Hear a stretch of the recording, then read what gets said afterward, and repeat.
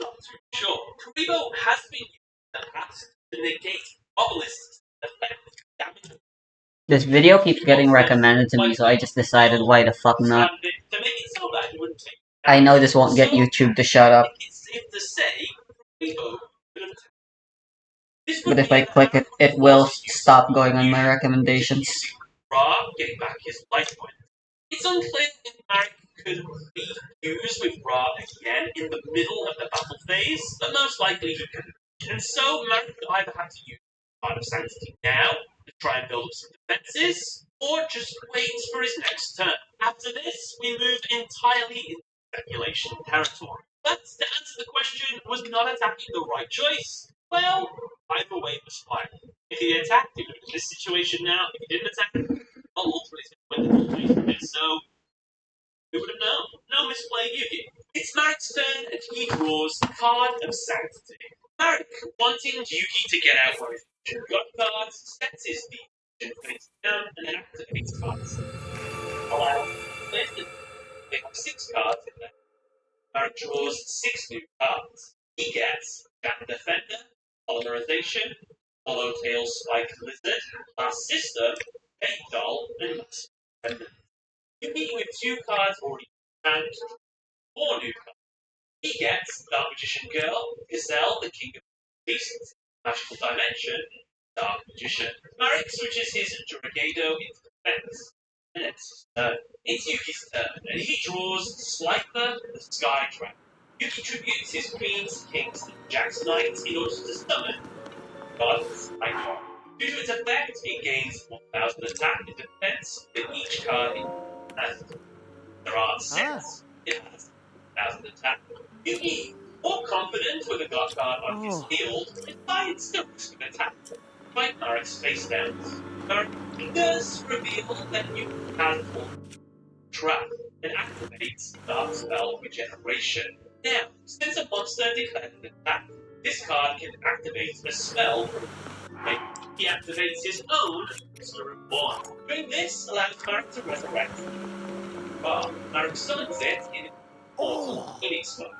In this mode, Ra is immune to everything, meaning not only is it immune to being destroyed by a battle, but not even Swiper's ability has an effect on Ra.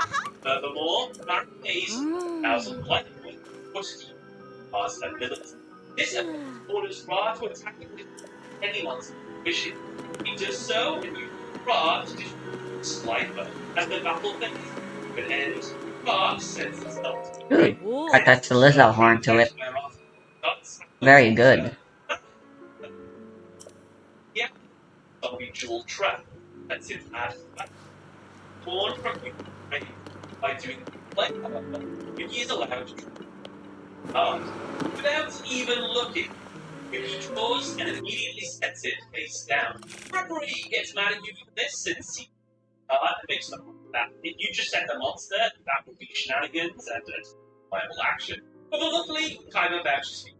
It is revealed the card he set, the card that Kaiba gave him. Sanctuary. The reason that Yuki didn't look at this card was because I need to look at it. We didn't need to look at it. This could also be a little foreshadowing and theories. And Yuki is able to just walk card value stop out of the theories. So kind of cool if that's the case. Also, by the way, side, I had a referee kicks off with this, but you can just disintegrate some gold over there. That's no problem. God forbid you set a card that would. My goodness. It's back to Marek, and he draws Metal Reflex. Marek immediately activates on to bring back his card. This time, however, he used Ra's second effect. By paying all but one of his life points, he increased the attack and defense of Ra by the amount he pays. This tactic was used to Marek. That's so freaking gay. Although since we are a girl, I guess it isn't. That's it. But Marek uses Ra to attack directly. However, Yuki activates his set Sanctuary. This card summons a metal token that you can start heal. The monster's effect makes it must attack this token. They do any damage that would be inflicted, then directed, press life point. If this attack connects, Yuki. And with Mariko having declared his attack, to stop the attack, Dick Ace. However, look at Yes. Mariko. Whoa. He activates it to separate himself from Ra. Since technically Mariko's Ra is classed as a monster, I guess, so it's fine to just Ooh, form Ra has everyone was heartbroken by this character's presence. I'm pretty sure no one likes her. with no more plays, Marek sets his metal reflex slime trap face She's down, one of the few new characters introduced in Back the Wild and he draws in Tears of the Kingdom. when Yuki's standby phase, he's forced to pay as a lifeboat maintenance metal income. He pays this and then moves into phase. He activates his set spell, Multiply. This card lets him special summon the clones of a monster with less than 5 Sure. backwards. He multiplies his metal income twice. 3. Now, with 3 monsters on his field, as tributes to summon goblins. Note it was possible to use the multiplied monster by 5. Is a blood moon about to happen? One is that you have to pay 1,000 life points. Note he has the filter combine basis. That's a chunky with the damage. Do that. 2, while having obviously killed with multiple monsters. Pretty awesome. The fact that Marcus the fields bit of a waste. So I think Or is that just Goron Mountain? now you can use all 3 tokens to summon Obelisk Momentum. With an open No, field, that's not. Yugi attacks Marek. A blood moon is coming. I can't waste this opportunity. Equivalent to damage is honestly, it was painful. After recovering from the blow, Marek activates his set trap at a reflex line. Since he lost over 5 points from the attack, his trap card will be summoned as a copy of the monster with defense stats equal to the force attack of the monster. But why they didn't get this is so weird. Okay, with no further plays, he resets his dimension face down, and it's Marek's turn. He draws Revival Jam. He summons it. I have 300 arrows. He then makes polymerization to use Slime token and then Revival Jam. I think I'm past the point of needing to buy arrows. Slime. While this monster is on the field, it's Ah, it's her. Revival Jam. Attacking defense of the metal reflex line. So if it is destroyed by battle, it's the self fixed field. With this unbeatable wall, magic. It's Yuki's turn. He draws Big Shield Gardener. He summons it into defense. Unaware of Egyptian Slime's effect, uses Obelisk to attack it. However, Yuki quickly finds out is incapable Here it comes. by battle with no further plays to the end. In hindsight, now that I think about it, maybe, just maybe, just put one more battle. Yes, the bit but then the back and the big and fight press field and then go for that damage. I accidentally only put in 4 instead of 5 there. Nice. In hindsight as well, got that magician girl and so the metal fiend don't get his especially cheap. Wait. So, Wait, why is it only 5 minutes? You guys win. Yes, you're right. Should have spoken if that was available, but I don't know. Looks like 5. You go late, right? Fuck. So, yeah. Misplay, you summoned another metal fiend.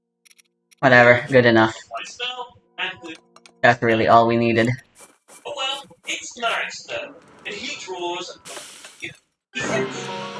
2 more normal healing, why not? Oh, wow, that was way too much. Now, this monster remains in the field. They damage. Marek, it's back to you. And he draws old thing. He sets it face down. Time to go up. Zora's Domain has a new facility. Summon Magician Girl. If he enters his battle phase, use Magician Girl to attack. There should be some Zora weapons nearby. I'd like to pick some up, they'll be very useful. This slime In the glow of the blood-stained moon. takes the difference damage. Consistent does Organian deal damage. White magic attack with Obelisk all the way in the battle phase. I know you just know where swing downs are, but attack with Paper and attack with Magician well. It's like a magic cylinder or something. I don't know. Yeah, I'm gonna call that misplay. You can attack with Obelisk. Taking any damage as well. It's Marek's turn. Oh, there used to be a Zora Sword and Shield over there. He activates it straight away by discarding 2 cards in his hand. By doing so, he can add a spell in his grave, and the cards he spent for main call and master remnant. Oh, the Sidon fan club knows how healing magic? So, this class system based down Swallowtail Spike Lizard effects, which dispels this effect. Restart life points by 1,000. This time on the basis. That's it's Yuki's turn. And the penultimate turn, he draws and gets monster. He summons Gazelle, the king of mythical beasts. Fence. And sets Monster Reborn and Ragnarok down. And Yuki goes to end his turn, Organian inflicts damage to Yuki. It's Marek's turn. And the final turn, he draws and gets surprise attack from the army. When Marek's standby phase occurs, he gains 1,000 life points maximum. Marek, in no time, activates Monster Reborn to bring back the Winged Dragon Ra. He summons it in its immortal Phoenix mode. He pays 1,000 life points to effect. Orders it to attack and destroy Obelisks. Oh, why write over existing stones? Monster Reborn allows it to bring back its by Trippian effects. The effect of Sniper effects battle phase, whatever attack was declared is redirected to Sniper. And so, Sniper is destroyed instead of Obelisk. With the attack concluded, Ra returns back to the field. However, Marek activates the prize and this lets him repeat the battle phase and even bring back any monster. That turn. The battle phase 2 begins, and Ra returns to the field. But able to pay 1,000 life points for Immortal Phoenix mode, Marek restores its second effect for instead, paying life points into 1 to attack. He having waited for this moment, makes his set spell Molten. Due to this card's effect, he can tribute the monster as if it wasn't his own. However, Marek will gain 1,000 life points as a result. Believing Yuki plans to tribute Ra, it's a bit of a waste, but Yuki reveals that Ra is not his target. Instead, yeah. Godslime. Since Godslime is a fusion monster, I'm sure I have one at least, right? Yep, I sure do. Monster. And so, This will be more for convenience than anything, really. now we destroy all monsters in rolls, then deal 4,000 damage. However, Marek has one final play. He tributes his 2 other monsters, Organian and Swallowtail Spike Lizard, and pays all 5 points again apart from 1. Beast Ra's attack. Marek then activates his attack system. Card makes it so that attacked by a monster, just use an effect to prevent that monster from attacking. Nice. The level its attack target. Ra and Obelisk, again the level 10, level is higher. So, he attacks. Now, with more attack points than Obelisk Tormentor, Marek uses Ra to destroy Obelisk. Battle. However, Yuki activates his magical dimension. This card's effect can only be activated if it controls a spellcaster monster. Wait, where's the staircase? This monster is just declared attack. By attributing monsters controls in a game attack, special summon a spellcaster monster in this attack. However, that spellcaster will be destroyed through phase. Yuki, taking the play right out of Tyler's book, tributes his Gazelle, the king of beasts, and his own Egyptian god, Obelisk, in order to summon his ace monster, Magician. Since Obelisk left the field, Ra's attack fizzled due to the sacrifice escape ruling. Despite the fact the Winged Dragon of Ra will now go back to the grave at the end of the battlefield, Yuki makes an extra one play. He does this in order to purge Yami Marek. The card he activates is Ragnarok. This card can only be activated if there are 2 magicians in the field. He's now banished every monster from his hand left in the graveyard in order to banish the monster the opponent rolled. Ragnarok souls tested. Every monster in your hand left the graveyard, Fuck. and all of them bone rush Ra and together. The combined might of every single one of these cards may vanish so. Since the Ilmarik was fused with Ra, 99% of the soul is hers. With this catastrophic damage to Young Marik's soul, Good Marik is able to control of the body.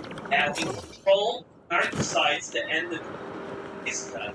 He places his hand over his death, signifying his forfeit. The last of Marik's life points falls to 0, and the final 1% of Happy Marik's soul is purged. Good. Yuki. But hold on! What would happen if the movie continued? Was there still more games to be played? Could Marik have be continued?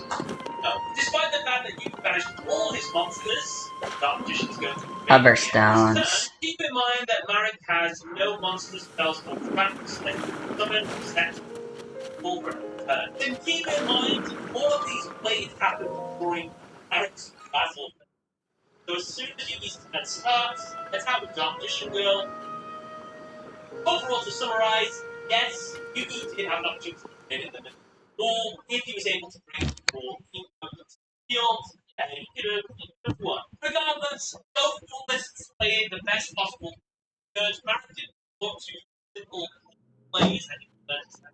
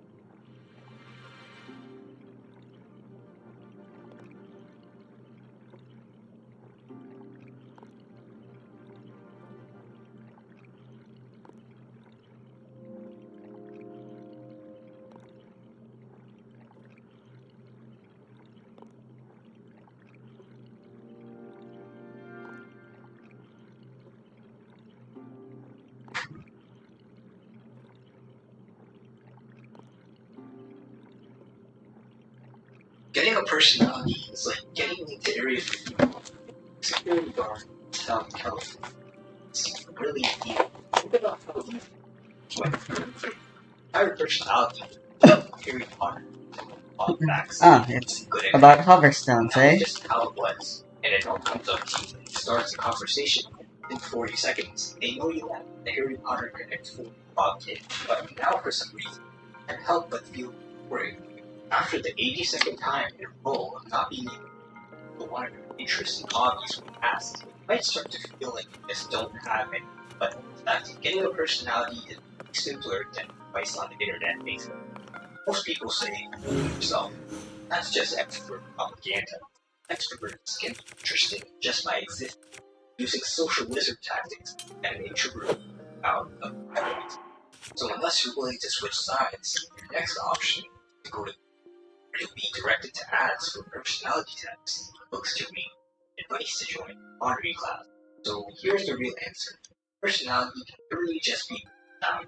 The first few standout things. That kid who pushed you over on the playground in kindergarten, sore loser, always talks about WWE. That guy in cargo pants with sonic snake to your school assembly to tell you snake facts. Cool. Dresses like Steve Irwin.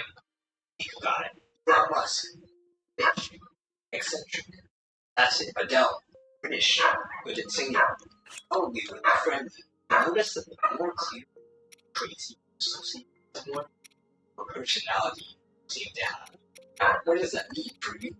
In fact, no matter how many cool trips you go on to other countries, how many parties, none of these people by themselves gave you a personality. That's how the way you care about. And you care about is seeing interesting people having people remember things. And there's one easy way to do this. It's called respect. It's actually all generations. So let's say like cleaning. Yeah, cleaning. Just an example. Facts. I think it's interesting. After you spend a decent amount of time reading about cleaning, learning about cleaning, reading about the fundamentals of cleaning, watching cleaning videos, you keep up to get a pressure washer. The dirt on people's driveways with money. Really invested a lot. You have put more experience into cleaning. 90% of people. Next time you meet someone, you will be known to as a cleaning expert.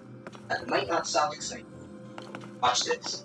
So what do you do? What? Oh, I'm really into cleaning. I learned so many cool things the average person doesn't know. Oh, like what? Want to know the truth about robot vacuums? I'm really kind of bored lately. Not much to do. I can bring my pressure washer to shoot the gunk off your driveway. Wow, that sounds pretty cool actually. What are you doing this weekend? I don't know, I'm probably gonna fold my clothes using the world's fastest folding method.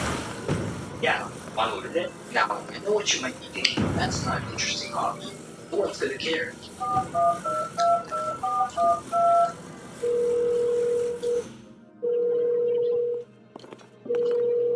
So just basically whatever you find interesting and run with that. Don't worry about being bored. Because whatever you become the expert in, you don't have to talk about that thing all the time. That thing just gets your food. So instead of just having to introduce yourself to say more, get people to actually stop and listen to you, and then you could have normal conversations about how subscribe button looks really enticing. So again, step 1, find something that interests you, no matter how weird. Step 2, gain experience in it until you know slightly more about it. Step 3, introducing yourself to people, talk about this thing. Step 4, there's no step 4. That easy fun fact. College admissions officers are literally paid to identify applicants with cool personalities. They discovered that you're better than 99% of people that's scared, like completing college, well, expected. So, which is why the college essays with the high success rate are always about some super niche thing like competitive bidding or medical applications. Now, important disclaimer, you can truly pick anything you want as your specialty. You gotta talk to people about it and they can understand. Let's say you spent a month with an expert at finance. That's valid. But no one will care if you go straight into talking about how you beat the game without touching the ground. It's impressive. Majority of people don't know how Minecraft works. That there's a good personally. I know people think it's 2024. How do you not know? Instead, explain what Minecraft is, how you got into it, eat it, and explain how you did it without touching the ground. Despite what you might think, people will actually be patient to listen to any topic, as long as they can understand it. The second you start using big words and niche terms to sound smart, that's actually when people stop listening. Which is why when Bill Nye explains volcanoes to you, it's interesting. But when someone with a PhD in volcano science explains them, you start wondering halfway through if you're even a real person. So, hopefully that was easy to understand. I'll be taking donations in the form of subscribes to fund the next video.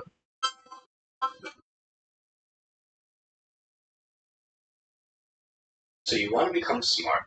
Most of the world, you're told that it takes 12 years of school, plus 4 years of college, plus 6 years of graduate school. Smart. What you actually become is homeless. That's not even a joke. But on the bright side, when you make a Reddit post about how you can't get a job, you can do it in perfect English. If you haven't guessed by the title, becoming smart is actually very easy, even if you think your genetics make you dumb. If you compare yourself to every other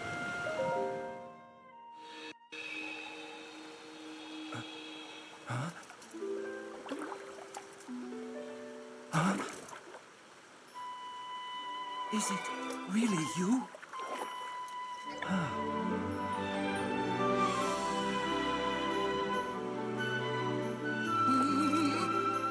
It's good to see you, my friend.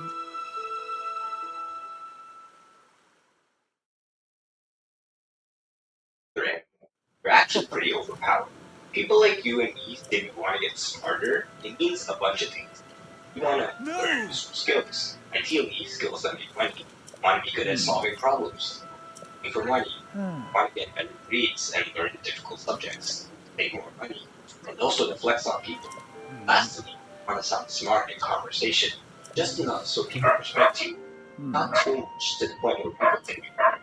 The problem is, most advice on the internet is so vague and philosophical that even if it works, the only people who could actually follow it are Oprah. And if you instead look for specific advice that you can actually try right now, this is what you get. Eat blueberries, consume paper, drink black coffee, exercise, sleep more, take IQ tests, listen to classical music.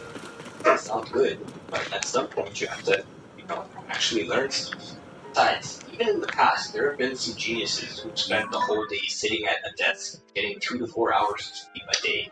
So what can you actually do to get smarter? That's not just the same 6 brain hacks from a Facebook post copied and pasted from a WikiHow article inspired by a quote spray painted on a New York subway wall. The main thing you need is read. What kind of reading? It depends. Fiction is good for learning to read faster. It gives you better vocabulary. Also, if you read a lot of dialogue, it makes you feel like you have friends. But most people go straight for nonfiction, which indeed is the key to being able to casually drop interesting knowledge in conversations. For example, just by reading this book, you can come off to anyone in conversation as someone who knows history. The key is to not be obnoxious about it. Crazy how we all from chimpanzees, right? But actually, evolution is non-linear and several human species happened simultaneously, none of which could be remote considered as chimpanzees. Well, this is considered polite by the standards of the YouTube comment section. In real life, saying well actually before proving someone wrong will make you instantly unlikable. Change the well to the. Now we're talking.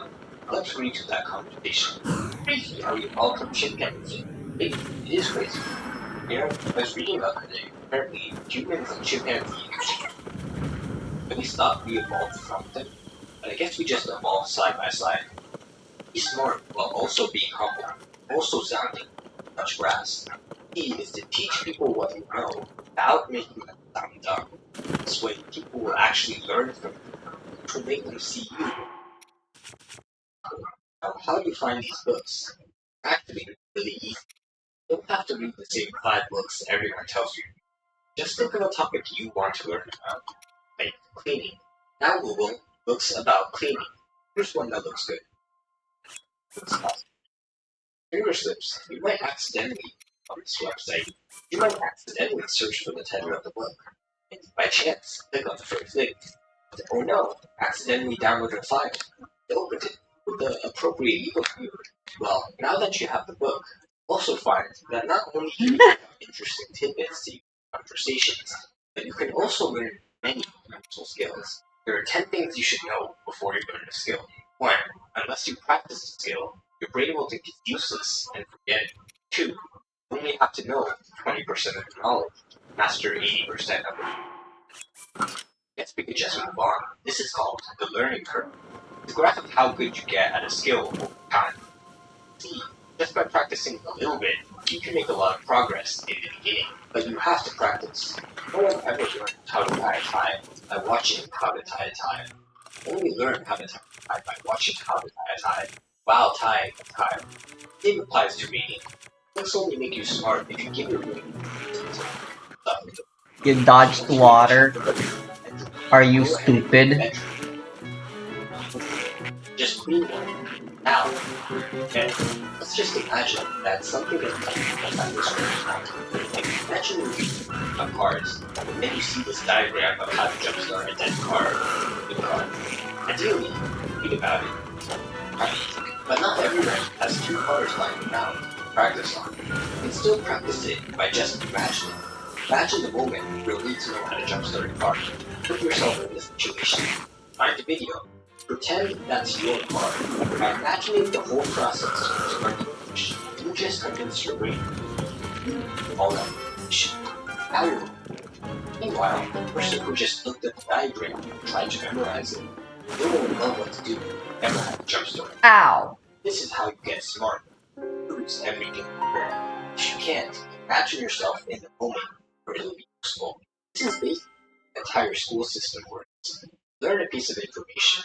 Because it'll be like 15 years before you actually use it, the teacher creates an imaginary situation.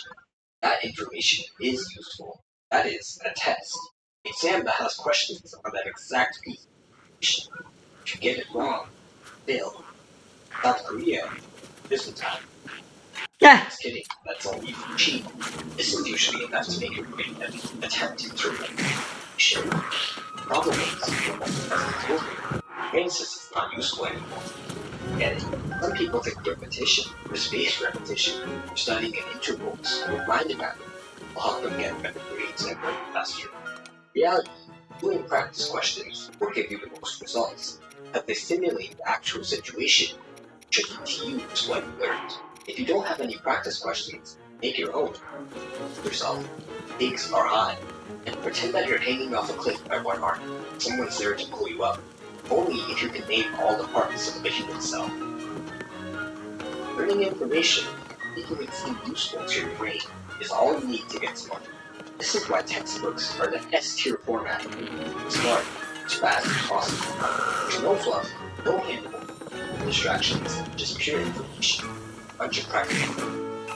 You can't solve them. You have to flip all the way to page XXXVIII appendix to get home.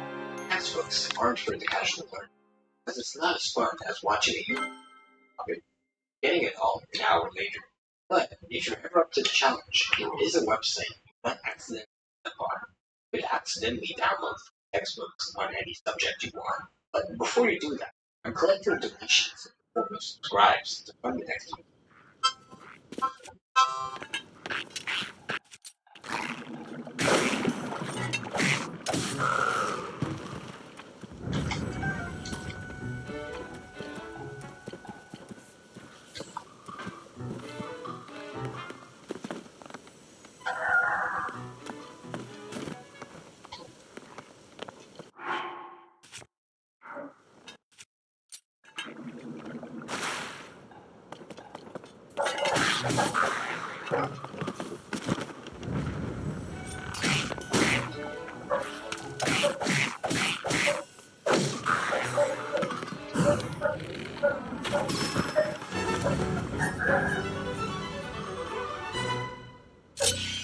A black tail, lovely.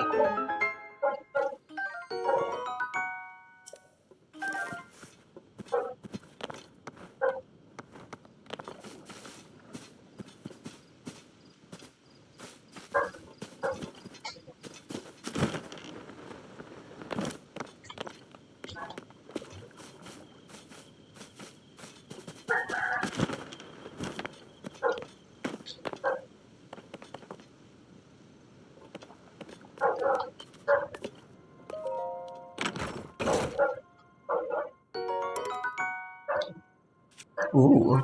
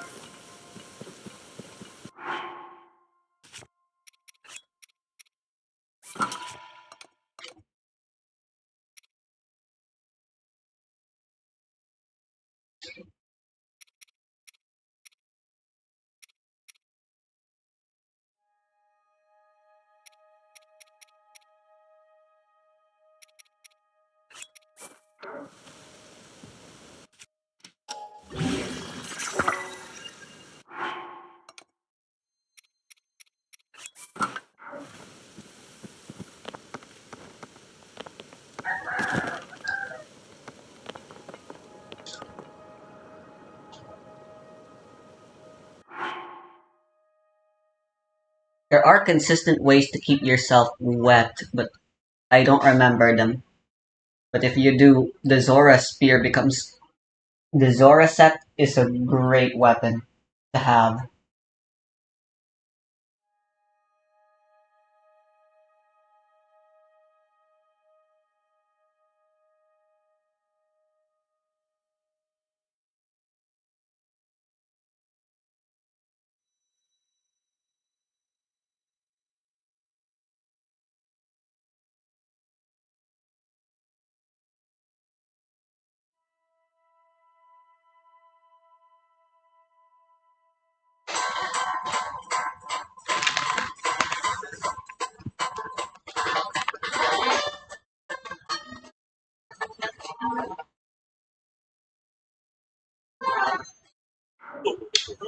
Sean. Sean, your weapons are bad, honestly. Everyone. Sean, your trash weapons need our help. Comment down below some fun, useful fuse combinations for Sean. So if you say Royal Guards claim art is a I will banish the dimensions. I'm gonna show you some weapons that you'll want to keep forever. But you can, as long as you repair them. Later on, I will show you the optimal way to repair your weapons. What the heck? The water dealt damage? Steam. Let's go. Stall enemies. They're not hard to fight, Ah, but they're incredibly obnoxious. Textbook definition of a nuisance. But fear not. Behold, a ah. stick. Dazzle Fruit instantly kill all stall enemies around you. Of course, you can just throw or shoot a Dazzle Fruit. Waste! Ah. Or keep one of these babies on you.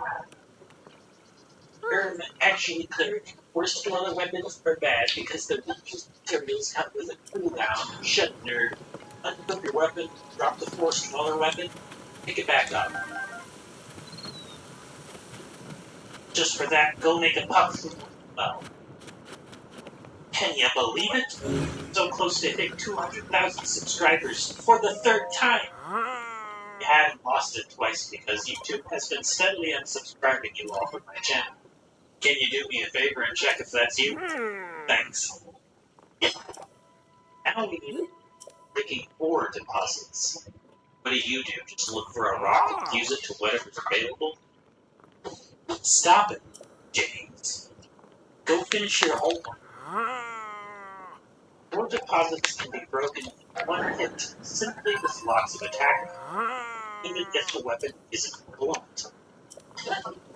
It takes 25 or more attack power for a 2-handed weapon, 40 or more attack for Here a it is. 1-handed weapon, and 50 spear. Spears are faster, but they are standard, so they're not great for getting multiple ore veins in one swing. Let's go with the 1-handed weapon. We want high durability and something we can repair. So Royal Broadsword it is. Put a silver Lizalfo's tail on it. Bam! Long-range weapon that's good for mining too. Yeah, that's right. Shields are the best mining tool. Shield with Shield Bash and Shatter Weapon level 1 or more. Instantly break anything you could ever need. Except those blue rocks, but that's the Nobo's job. Hitbox on them. Don't also form a bomb drop hit. Parry and press up on the D-pad at the same time. Then drop a bomb for an instant explosion in front of you that keeps you untouched. It's good for combat and it looks cool. Here's the shield variations I like the most. Hylian Shield for its comfy 800 durability, Shard of Light Dragon Spike both smashes things and heals you if you do. Dragon Spikes are terrible for shield circle though. Lionel Mace Horn because it looks less ugly than most things. Silver Lionel Saberhorn is additionally good for spanking enemies. Just not for stone ones. Or minecart fused to a Savage Lionel Shield, great for mining and shield surgery. Most bad with durability. Get these trash variations out of here! I found a new best variation. Shard of Dinral's spike on the Hylian shield. It's the Swiss Army knife of shields. It mines, it breaks boxes, it breaks enemy armor, destroys stone enemies. It's a good fire starter. Boom, instant explosions. Do you miss Rivali scale? Use the drop parry inputs. Drop a spicy pepper or sunshroom for an instant updraft. Drop wood for an instant campfire. If you're standing in grass, drop a pine cone for an instant inferno. Or, if you're carrying a wooden one-handed weapon, use a pine cone Yeah, to I wanna lift go unlock almost Malania.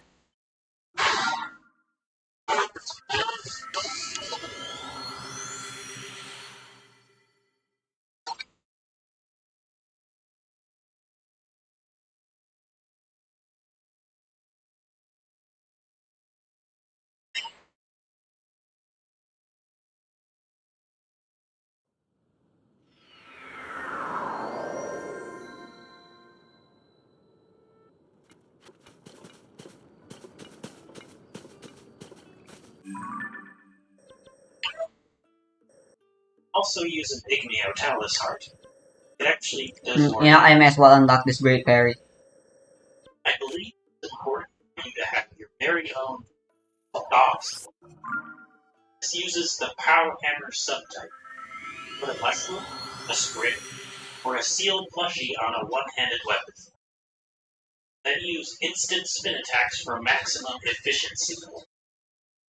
Octo balloons also give weapons Power Hammer, but they only last for one hit. Also, sealed plushies give the most attack power, and for some reason, particularly the blue sealed plushie. But springs don't burn. So that might be the most practical choice, just not the funnest. Or you can be icy dogs. Use a non-blunt ice material to a feather weapon. Won't send them as far away, but it keeps them fuck off for longer.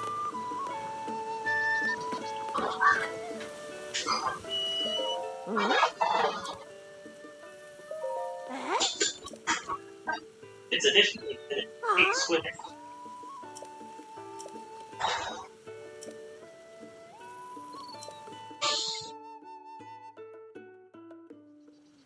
Ooh.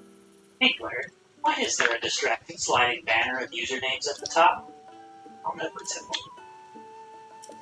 How to stop the slower stamina loss from spinning with Soldier's Claymore? But this changed introducing the lawn. Mow the grass on your lawn in seconds. Pesky bushes, rock, trees, gone. Ore deposits, obliterated. Horses and people, smart.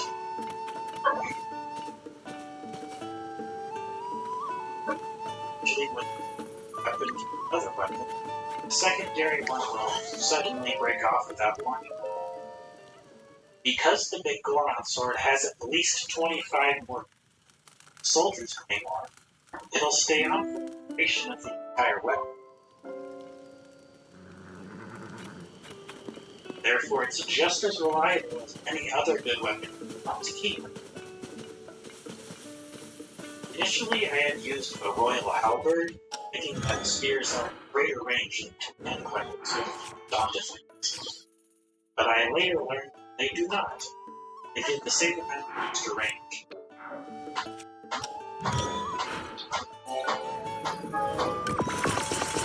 Obvious effect. Shield circuit shield. What is less obvious is your options. Using the Hylian shield as a base would be a big deal, but you may be using it for something else and can't do it, or don't want to. So of course, just use the shield with the second highest durability. Wrong! You must prioritize that you repair. Get these out of here. But clearly, you can repair. Unfuse whatever's attached to them. Something that can't be repaired by rock speed. Then bring them over to Pellucid and detach it, then refuse it to whatever it was attached to. No! That is incredibly not worth it. Next best shield for shield surfing that can Paired is the Radiant. It has the least amount of friction of all shields, but unfortunately Fuse makes that irrelevant. However, the important part is that it has one of the lowest shield circuit damage ratios. The Opal deals water damage. What the fuck? Circuit. This is actually kinda strong. I think it deals like 15 damage. It essentially has 71.4 durability when you own the shield circuit. Don't sleep on Opal, I guess. With that in mind, now you just got to choose your flavor of shield circuit greenness up. That's what it's called in the game files. There's also 3 special minecarts that the game tries to stop us from our shield. The one from Minecart Land has special red paint on it. The Rock Pillow minecarts, owned by Dumpy and Moto. These 2 disappear after the quests. We need to have them. But I don't know how yet. So moving on. Sneak Strike Sword.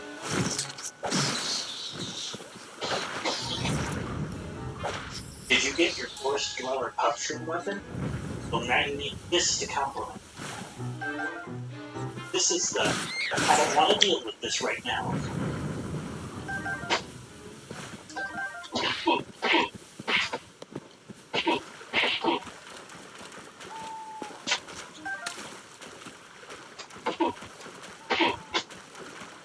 Sneak strikes with 8-foot blades do 16 times damage.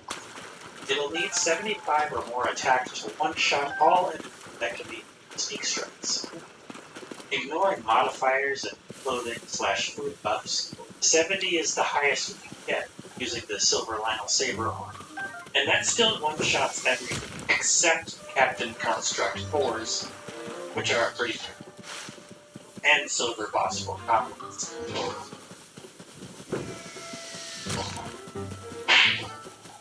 So this is satisfying. I just want to relax and pick up fireflies. Why are there so many freaking annoyances?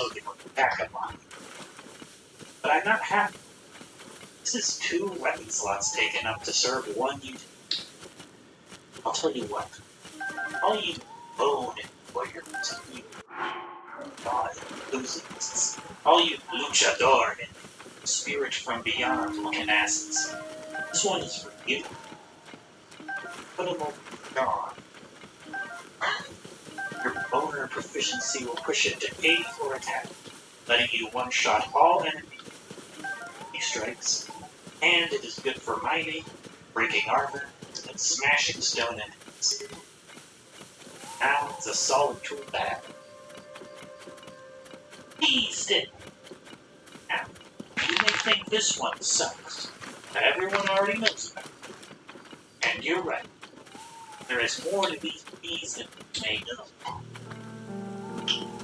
If you spawn in some bees, and then quickly run and look away, bees will never despawn. They exist for as long as you do not perceive them. They won't attack any enemies or anything either, but constantly will try to target them. People are exploiting this fact to create pulse lasers. Basically, if you can quickly turn a beam emitter on and off quickly enough, Yeah, the spear is still good anyway. So I've just left it on. These can help with it. If you want to know precisely why and how, check out Evan the Bexy's video in the description. If you want to just try it, here's a simple build. You can find cages at the enemy camp south of Poplar Hills Tower.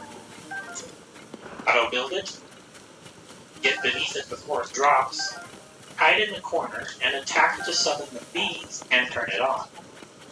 Bees usually can't get you in the corner, but you can hold your shield up anyway.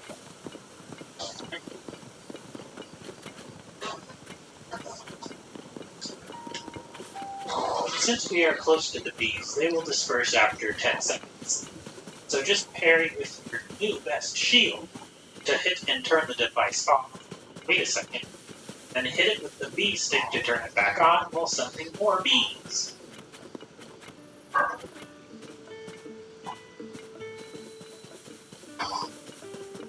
you want to experiment with this, entrap bees inside balloons to prevent them from chasing you outside the safe zone. Do with this information what you must. Also, here's a crap ton of research on construct heads and pulse lasers for you to read. I'm sure didn't. Link to that also in the description. Whoa, hey, why not like the video? You get it? Because... you should have them. Because they're fun. We got the Ice Run.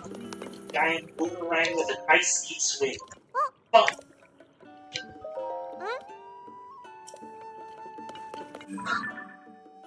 We got the Forest Fire. A boomerang with a fire in it. It sucks, but it's fun. We got the Boomerang 2. Giant boomerang with a Colgera jar. It's a good wide range which can hit enemies multiple times while throwing space correctly. Throwing a boomerang does 1.5 times damage, so this is actually quite powerful. Can you beat my day one record of hitting enemies 5 times with one throw?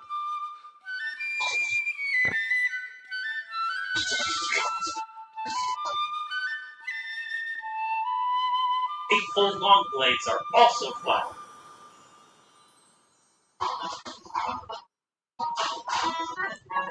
This wind beam thing wasn't fun in Breath of the Wild because the wind cleaver sheath was ugly, and the beam did a low amount of set damage. Wind beam can be hot, ice, shot, little buddy.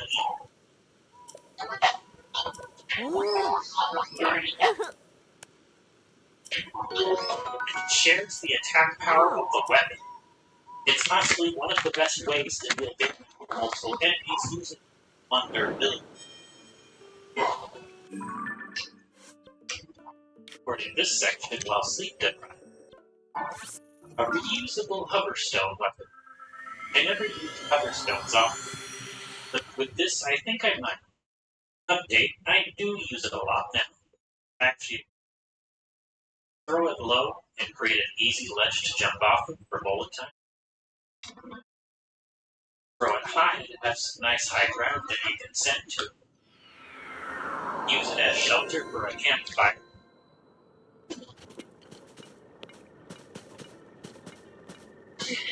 Or use it for Addison's side.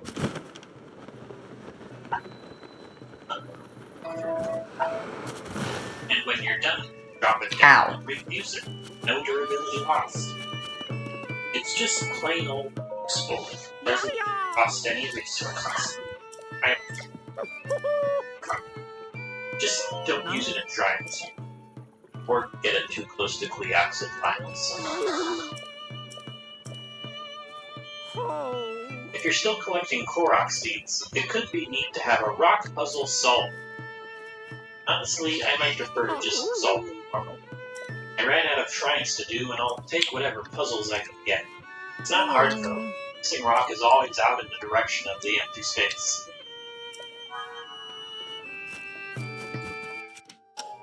But just cheesing it. You can use almost any medium-sized rock. Flat ones, round ones, brown ones, and ones. It's most efficient to put it on a two-handed weapon, just to stand on the spot. But shields need to carry more of all of this utility. I say put it on a shield. Then you just drop the shield in the right spot.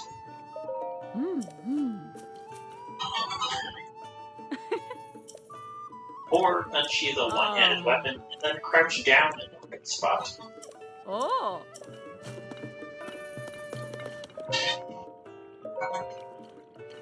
Hi. It's about time I recommend weapons strictly for, like, fighting and stuff. I'll give you a sword, a spear, and a club.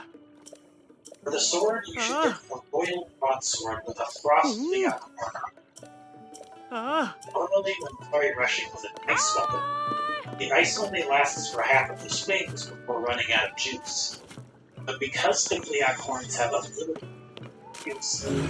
As for every hit, flurry rushing melee weapons does 2 times damage, and breaking enemies at ice does 3 times damage. Flurry rushing an enemy like frozen with a sword does 1,400 damage without any modifiers or attack weapons. That's instant death for all enemies frozen.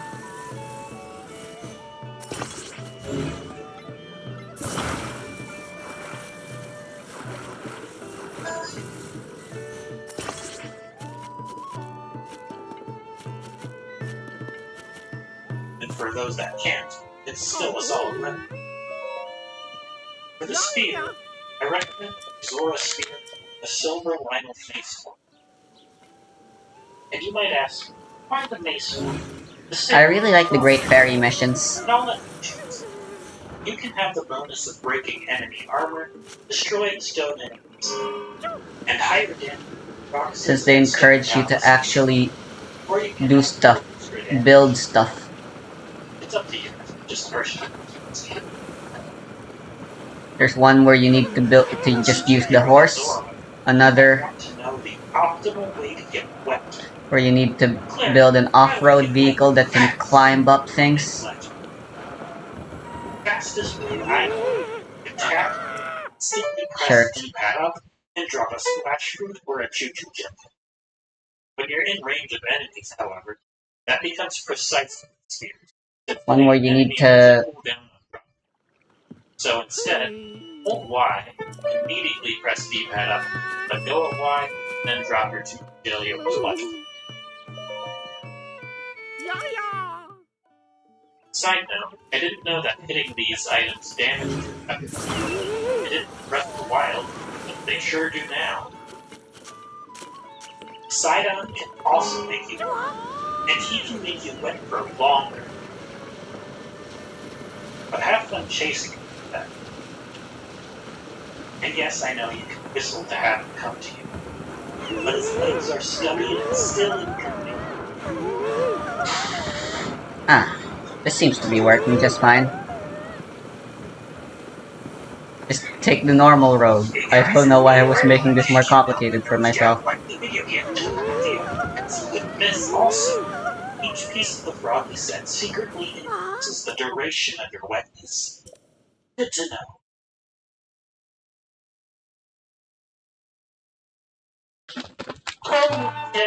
Is this video quick? Sometimes you'd like to use a specific material more often, but you haven't used it enough for it to be early in the list when sorted by most people. Here's what you do.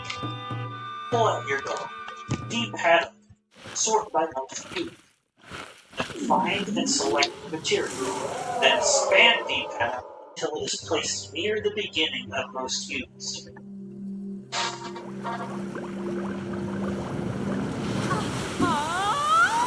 But, I'm bonus. I approve this message. And I guess, as a final weapon suggestion, for the Claymore, you can have one final back. A Royal Guards Claymore with one durability left. So powerful, use it to it. If you didn't know, watch one of the 700 battles. Attacking while on a line is back suits no.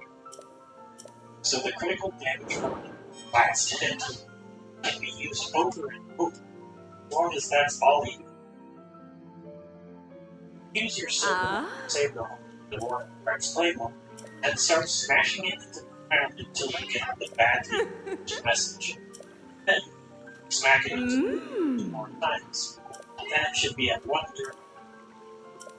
You get 2 times damage from the Royal Guards effective, another 2 times damage from your critical weapon hit, another 5 times damage attack up. Ah, I need for level 6. And since this is a weapon we aim to Yikes. repair, we might as well get that plus 10 attack modifier to beat. And if you're feeling ugly, but it'll do the job.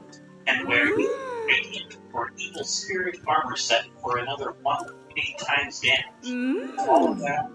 That's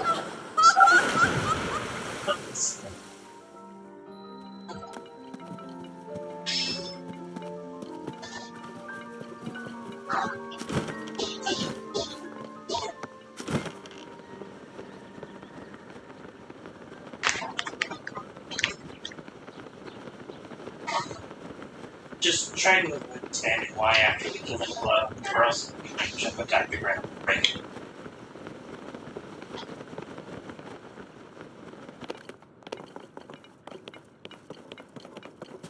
Best versions of these weapons, pristine ones. And instead of me covering all possibilities of how to get what you want, let me just give you the tools to figure that out yourself. First, we'll bring the decayed version of whatever pristine weapon you want. Never have it before. If you're unsure, go to find and break one anyway. Check the description for the Tears of the Kingdom object map. Switch the view to the depths. Search Minus Field Ghost. Then whatever pristine weapon. Let's say I still haven't upgraded my battery pack. then you'll see all the one-handed weapon ghost boys that can possibly give you a pristine 8-fold blade. Go to each one of these on the map until you find them. You should make it a habit to pick up and drop the weapons you don't want. This way they can re-roll for able to next time there's a blood.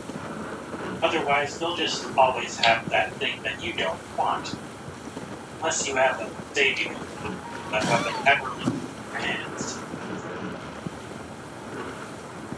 Now that you have the best weapons ever, let me show you the optimal way to repair them. Turn off your sages. See the Jatak Shrine.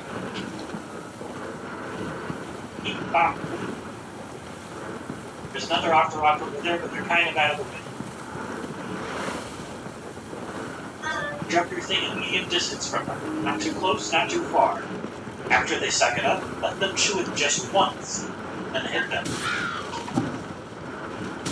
Don't wait for them to spit it back out. Don't wait for the clean effect. That's not optimal. Pick up your equipment, on to the next one. Bow is a fine way to hit them, but it consumes an arrow and durability, and you need to make sure not to aim at them until they're busy sucking, or else they'll hide, and that's a time loss. Or you can just whack them. 50 Talent. Costs 1 durability, but that's almost nothing out of 800. But if you have it, just use the Earthquake technique. You can hold it down and at least hit or shoot it once, or cancel it with B if you need. And it costs you nothing.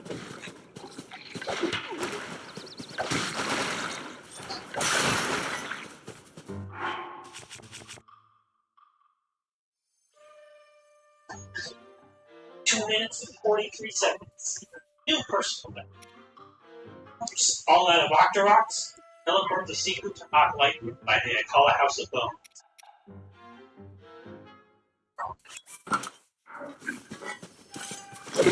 Send and break these rocks to get inside.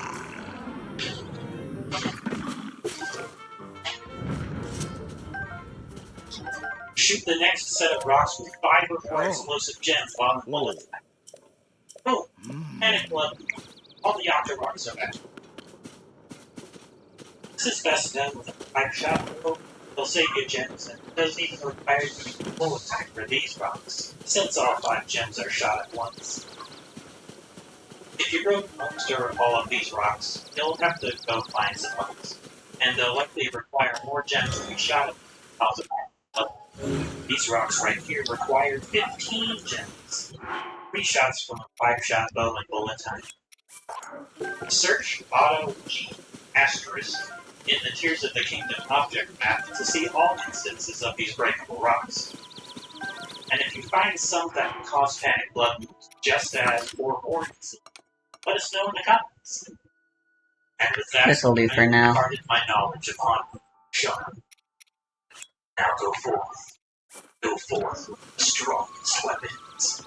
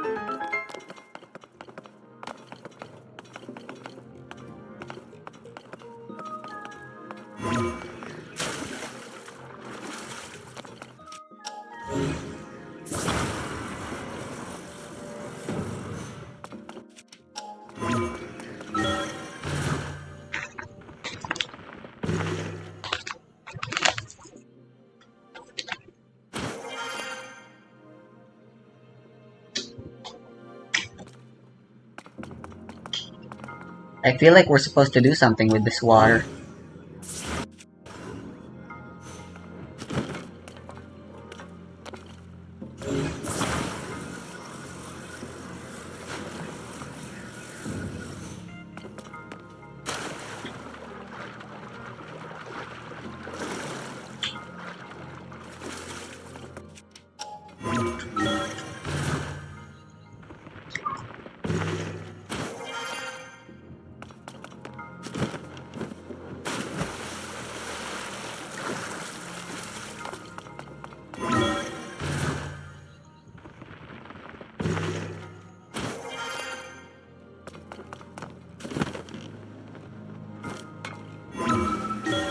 Guess not.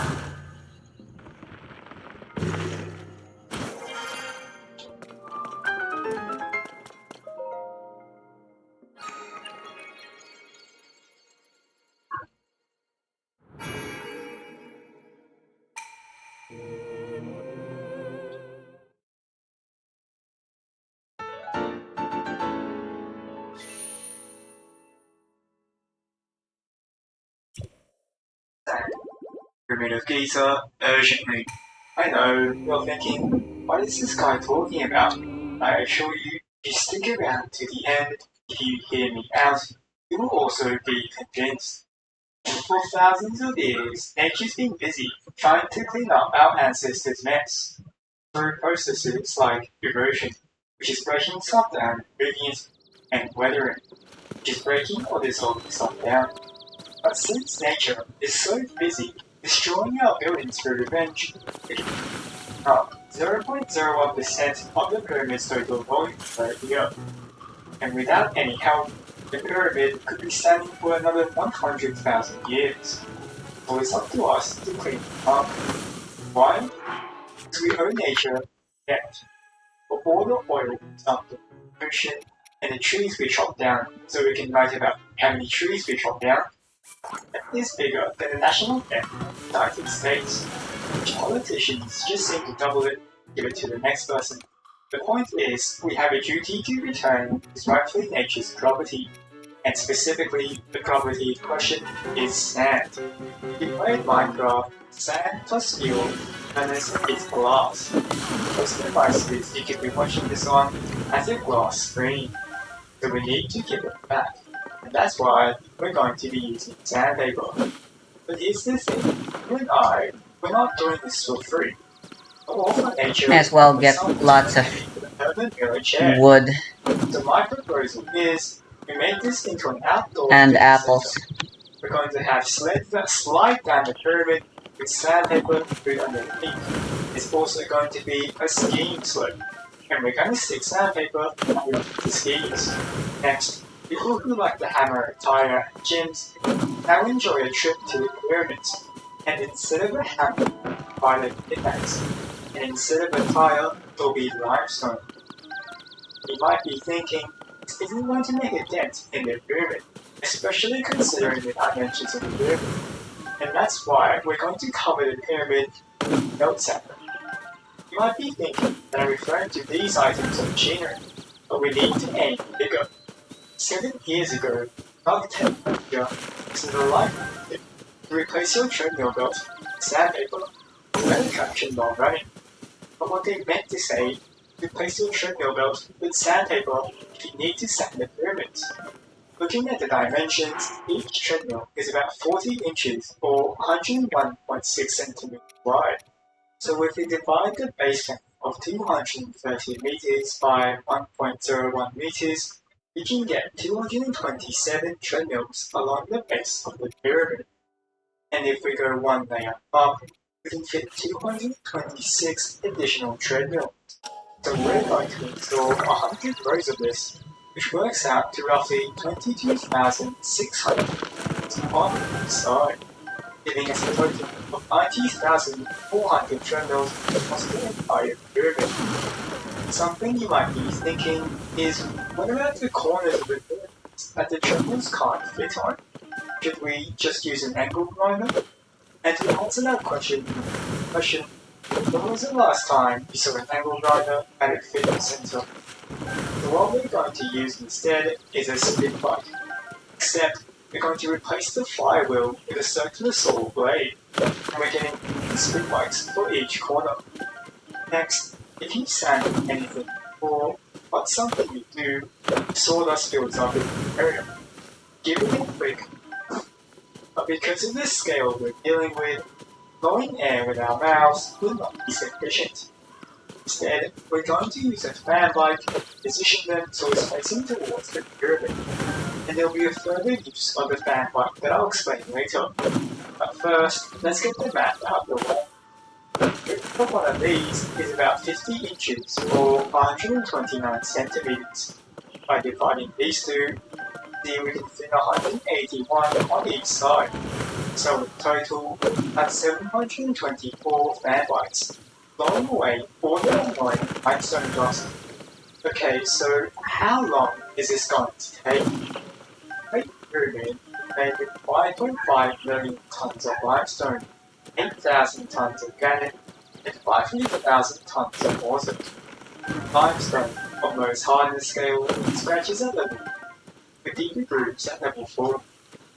The treadmill maxes out at 12 miles per hour, and as a generous estimate, we can say each treadmill sands 15 grams of limestone per hour. So if we multiply this with all our treadmills, we get 1,106 kilograms, or 2,959 pounds per hour. So if we use this rate against 5.5 million tons, it will take us 463.01 years. While this may seem like a long time, the erosion rate of for anything 100,000 years, we have saved 99,537 years of erosion and weathering. That's an incredible improvement of over 99%. So, with that much efficiency, it has to cost, right? The sled, ski, and the circular saw blade bike will most likely get shut down due to it being unsafe and dangerous. But the majority of the cost will come from the treadmill, sandpaper, and the electricity.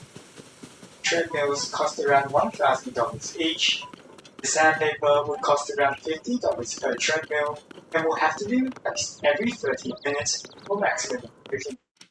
There are 8,114,063 years accounted for here, giving us a total Dang it, whatever. $405,700,000 for sandpaper. Finally, we have the power bill. We got 269s. Lovely. An hour of usage will cost around 11 cents. And with all the treadmills running 24/7, it will result in $4,030 billion. This is a lot. But we still have a trick up our sleeve. To support sustainability, we're going to install a wind turbine and a big solar panel, which will cost around $1 million each. And obviously, Is that there's Zelda lots of over there? sunlight near the pyramids, and we have Or is the it some other turbines, dragon? which will turn the turbines. These two renewable energy sources, I think we can call it even the energy bill, and remove it out of the equation. So Yes, all this is the total for place. treadmill, Ooh, and they have sandpaper, blue and moblin. these They have the energy moblin devices, clubs. It gives us a total of $102,800. And while that Tip. might seem like a lot, just ask yourself, could it buy some nature? Two. So please, Two ta ta ti tu ta tu ti ta tu ta. this planet, Bam. the subscribe button, and will grind the like button, and use the wind turbine to blow on that notification bell.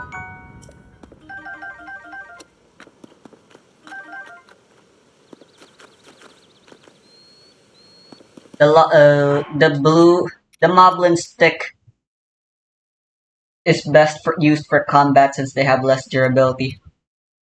But the sturdy stick, or the Boko clubs as I still call them, are best used for utility because they have a lot of uses.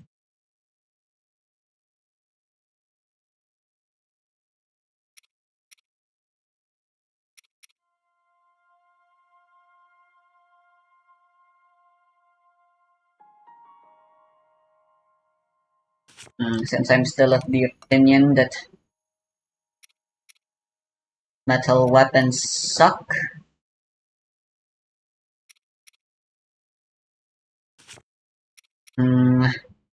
we go for blunt.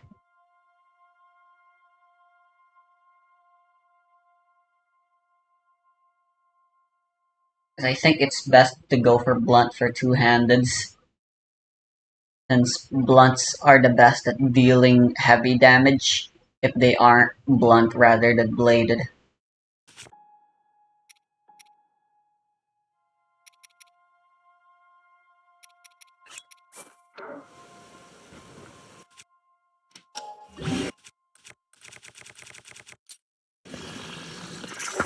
Blunt it is. I'm getting rid of this thing now.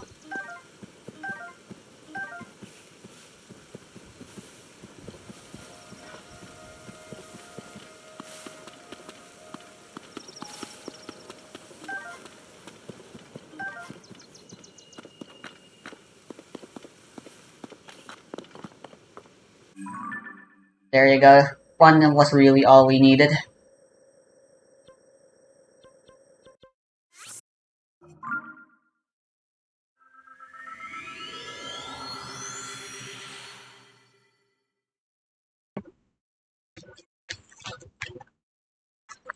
But having more is always nice.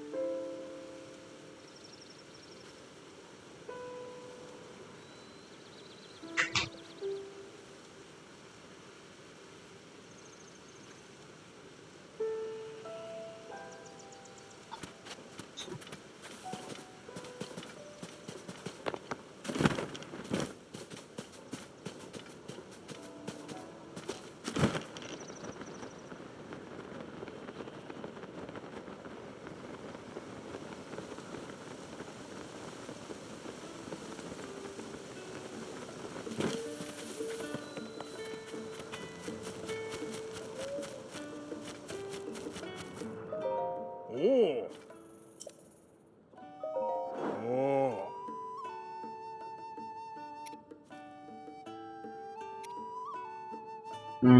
Might be more efficient to just go for L rather than cycle.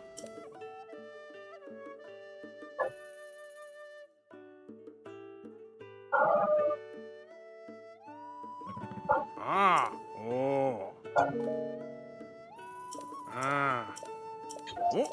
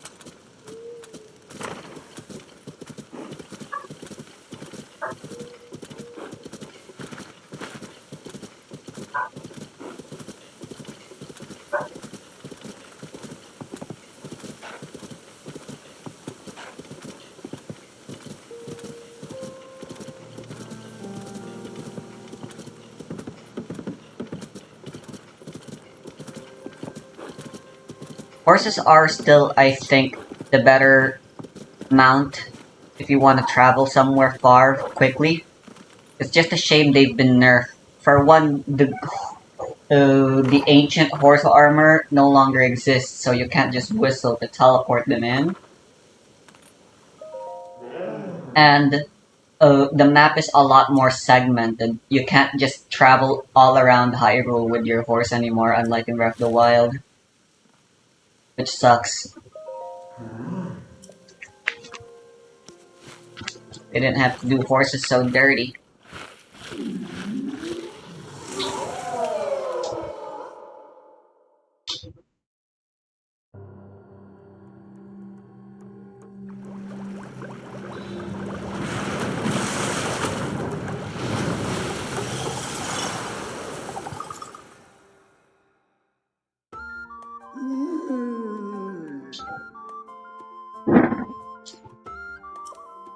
Get hit by the red shell, what a finish.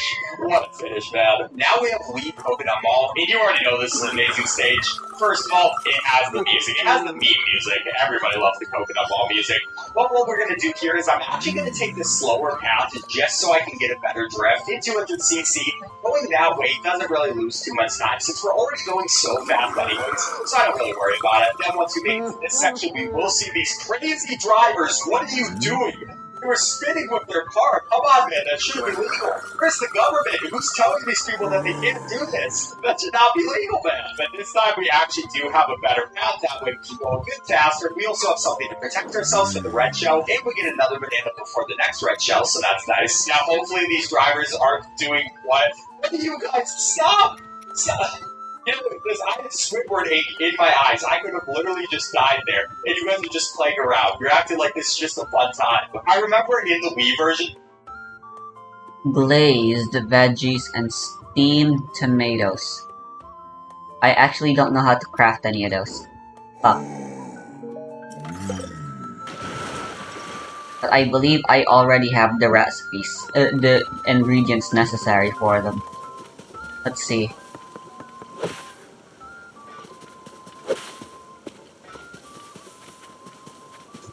You can still jump cancel animations.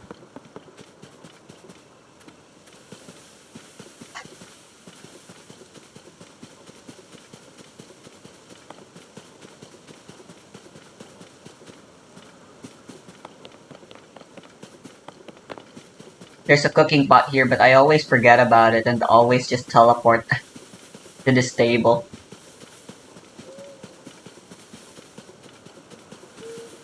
But this was placed here for convenience. I don't like convenient. How do I glaze?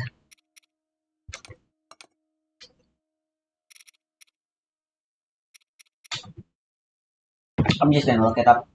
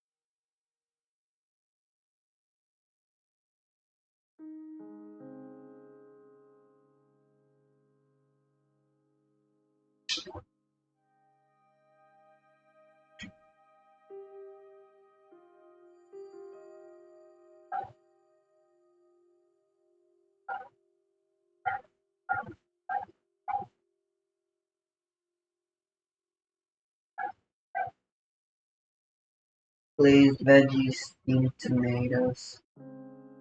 Cursor bee honey plus a vegetable.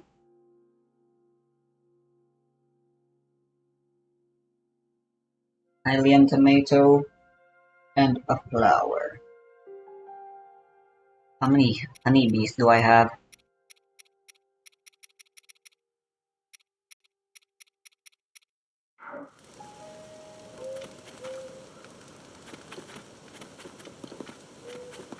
Maybe there's one nearby. I might have to teleport though.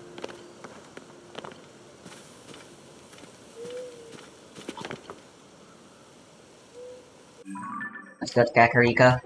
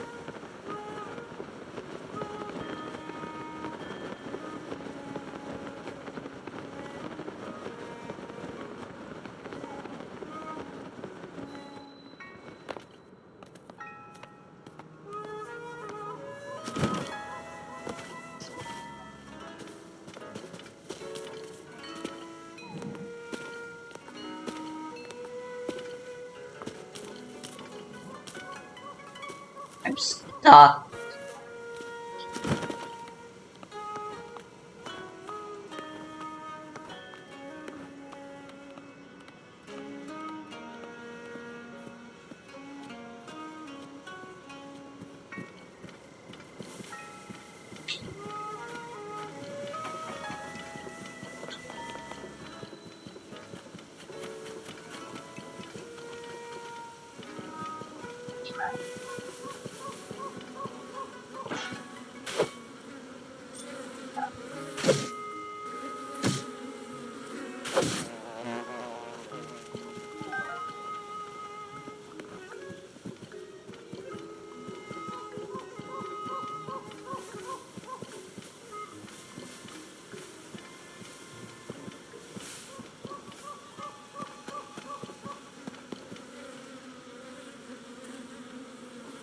Why is there a bright blue seed here?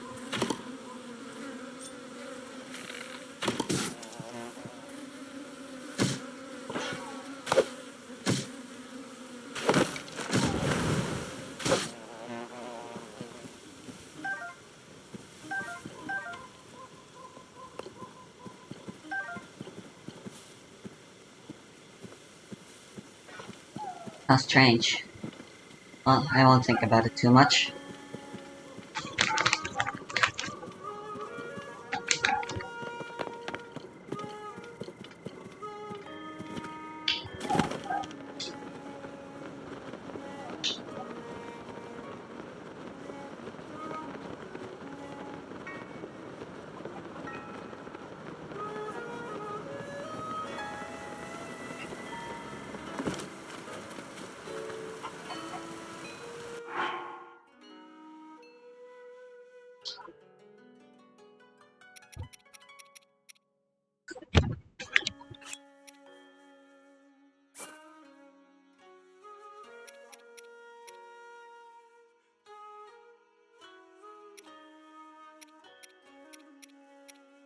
This should count as a veggie, right?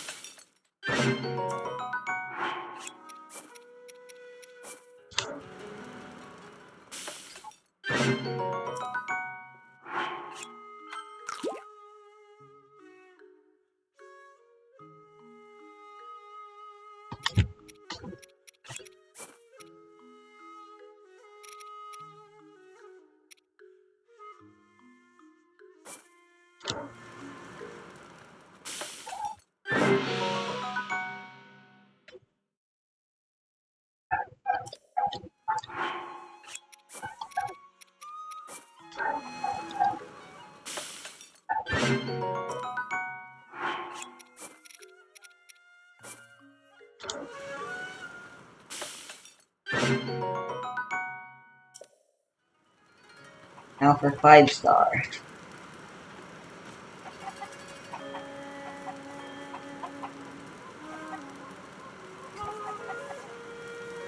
According to this guide, to get 5-star speed, we need 3 vegetable omelet, veggie cream soup, and apple pie.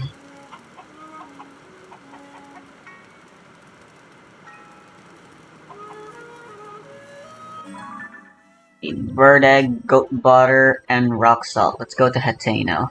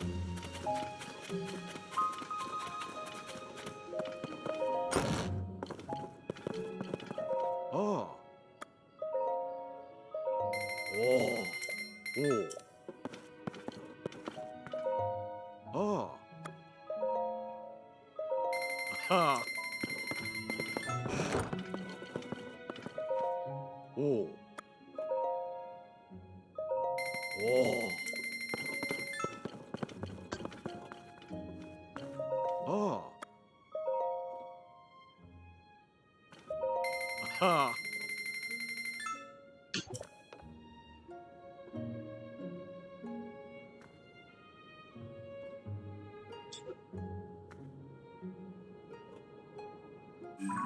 I need the Banza wheat.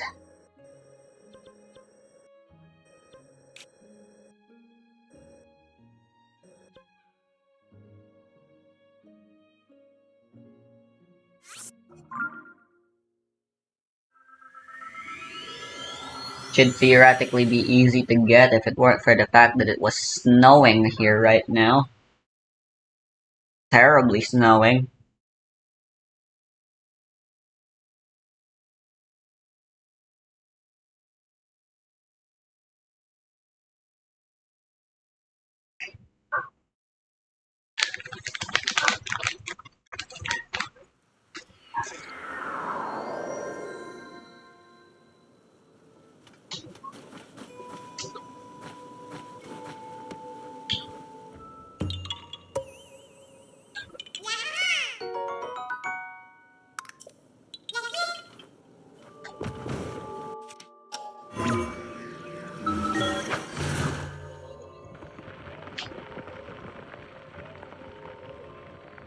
The kid should still be selling.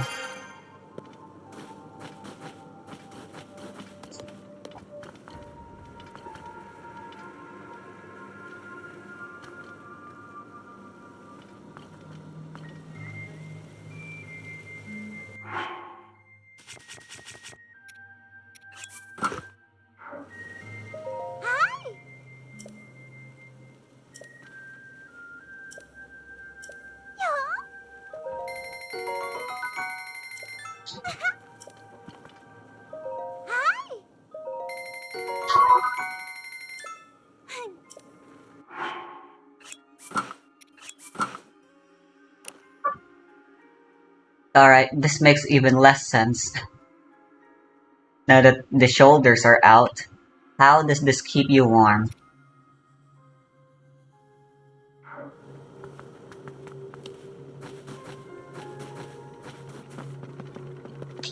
I do like the headpiece since it doesn't obscure our face.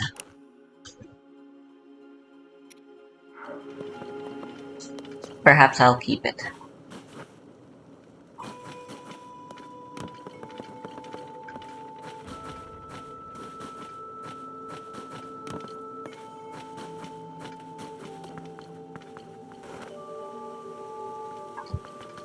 Ah, shirt. That makes a lot of sense.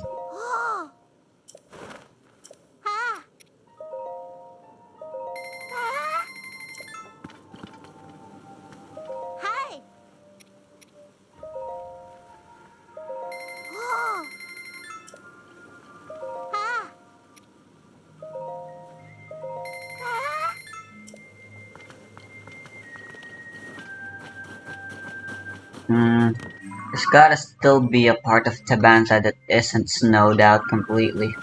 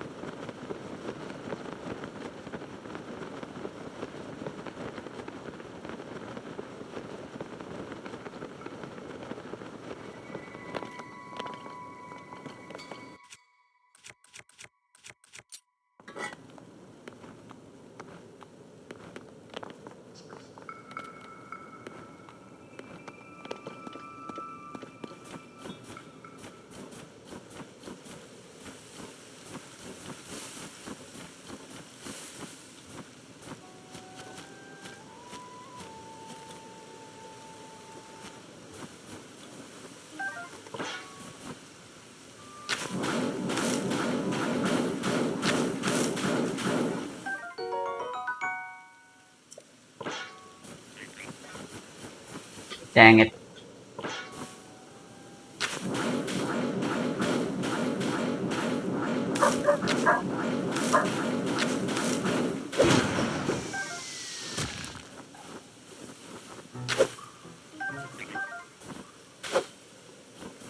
And why are these guys still around?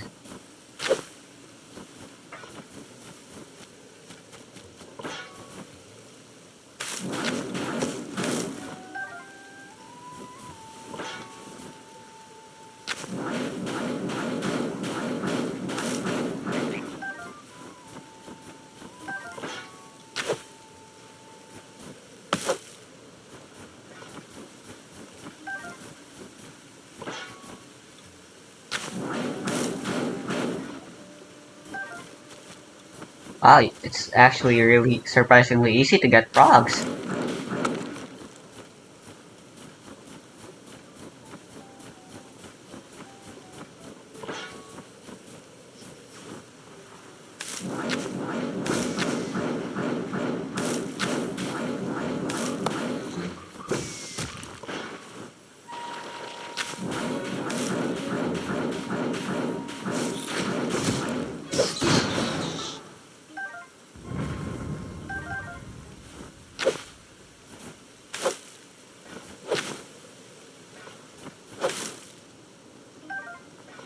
I thought I'd do it for now.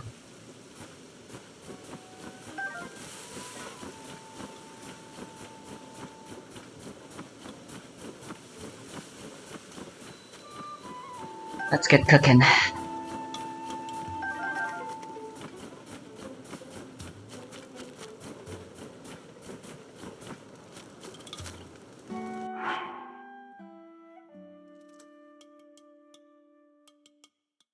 Vegetable omelette.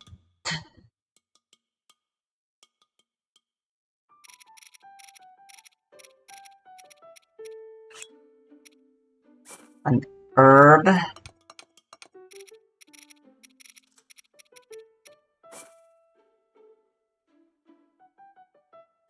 An egg.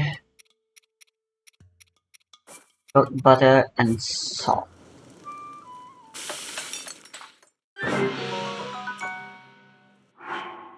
I gotta make 3 of those.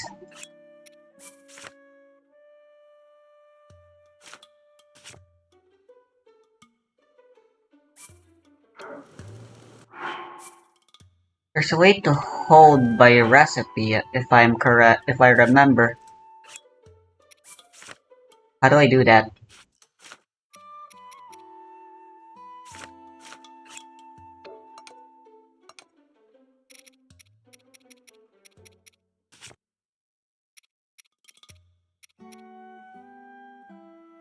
Am I an idiot?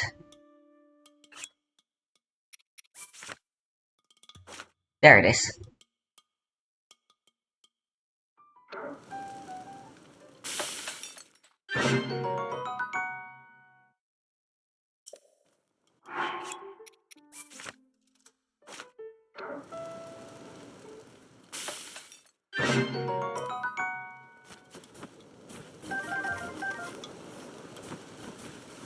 Hot lid.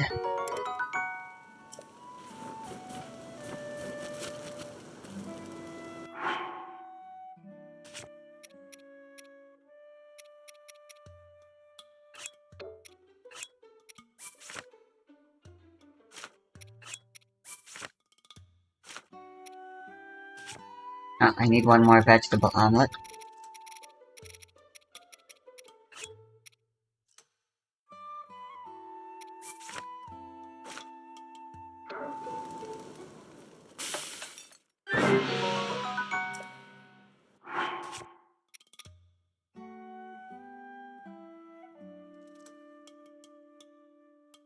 Veggie cream soup is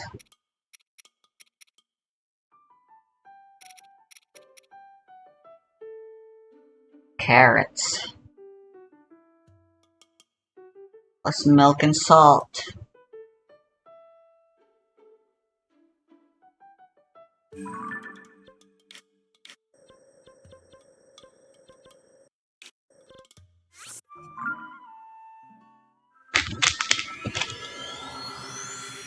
There's a lot of running around I'm doing, or rather teleporting around.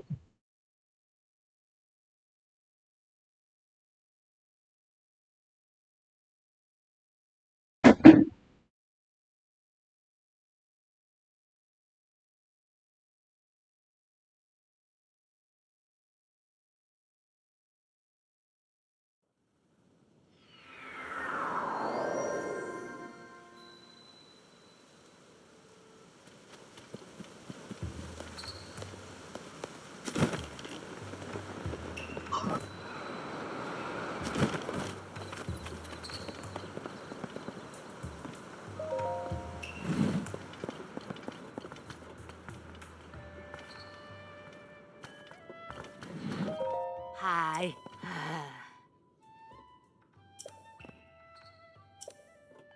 Hmm.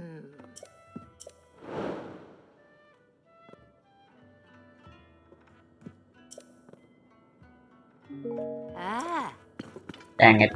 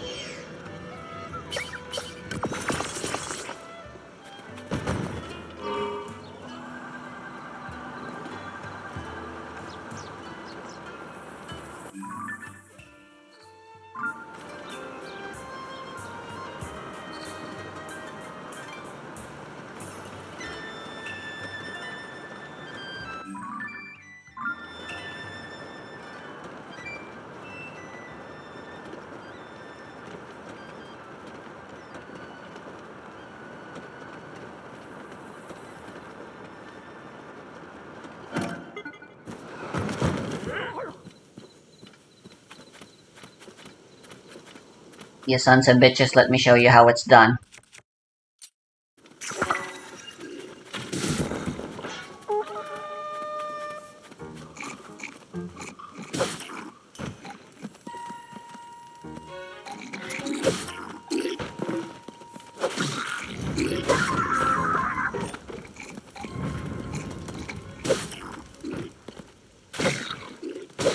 There's no sneak strike chaining in this game anymore. At least, last I checked, it wasn't very easy to do.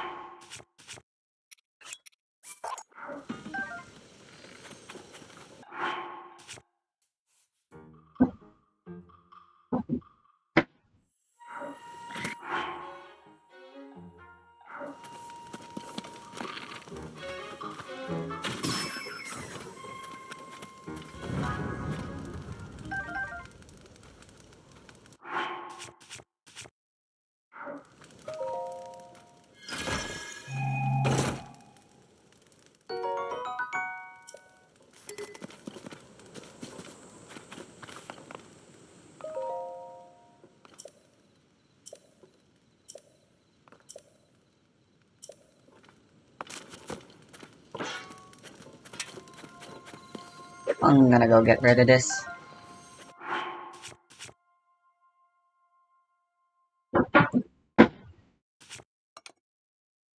I'll put in a thingy here for mining, why not?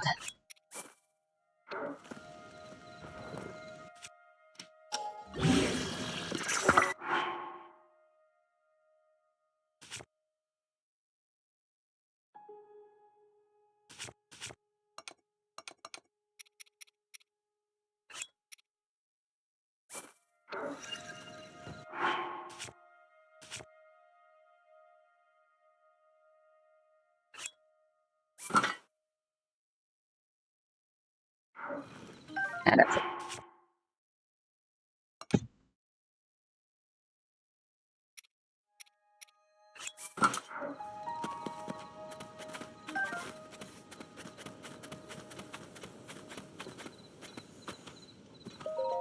Hmm?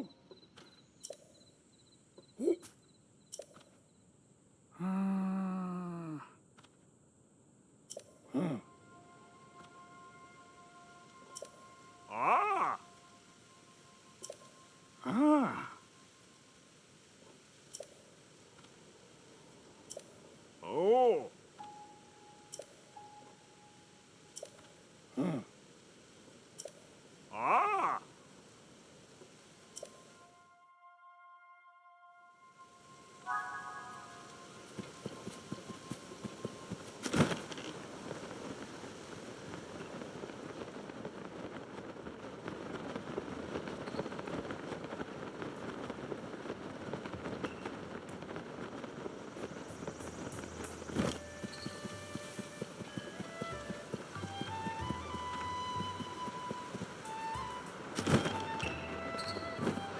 Not supposed to be able to throw weapons while you're in the air anymore.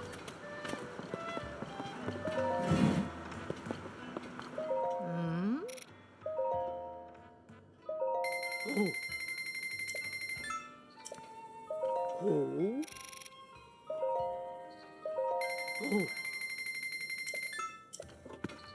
Hmm? Oh.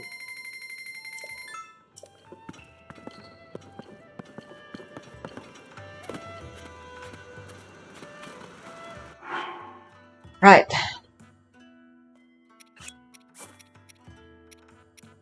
Carrot plus milk plus salt.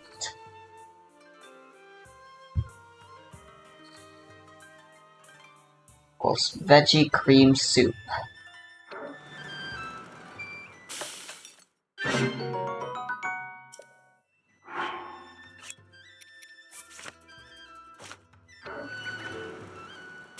Three of those, and thankfully we have just enough.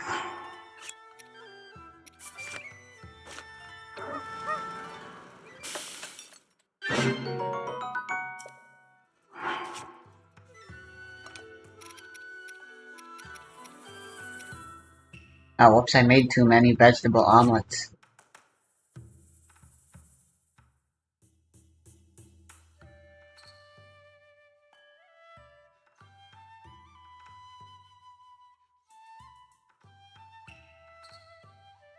And then 3 apple pies. Which is obviously enough.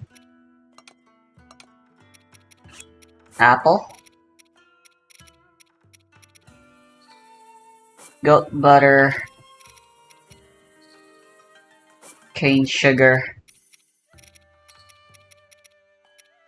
And Tabanta wheat. Shirt, I need more cane sugar. Where can I get more?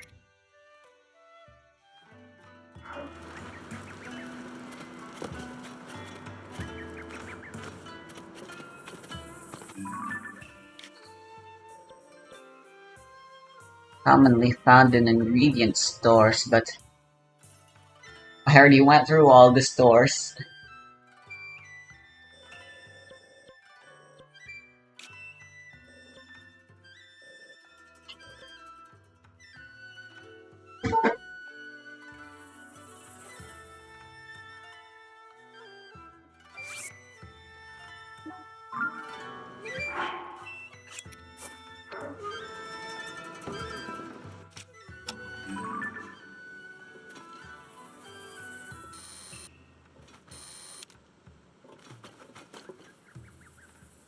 Why can't I picture it? The heck?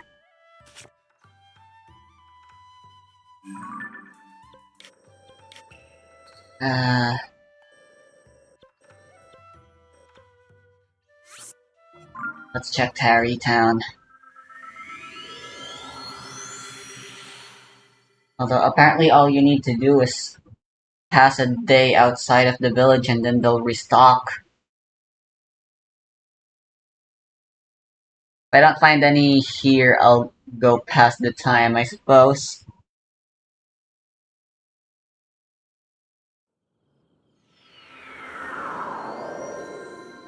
Try and see if I can get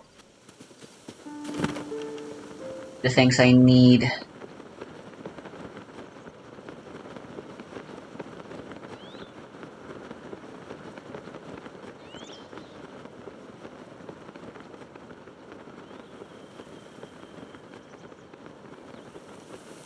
Narito Village.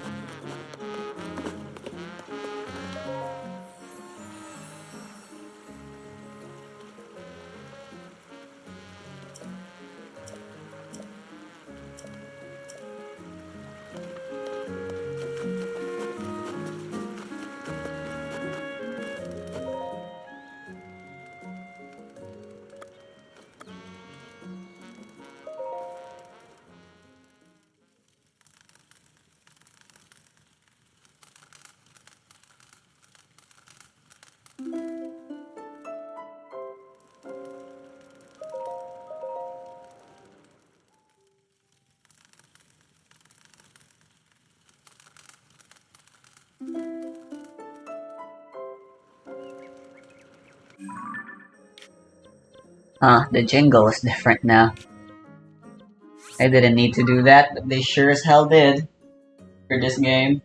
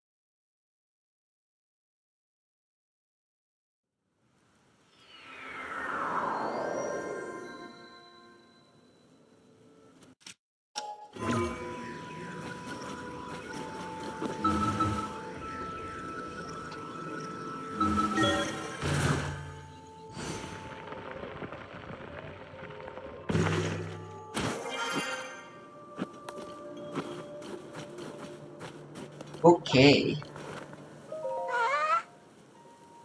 Hi. Oh.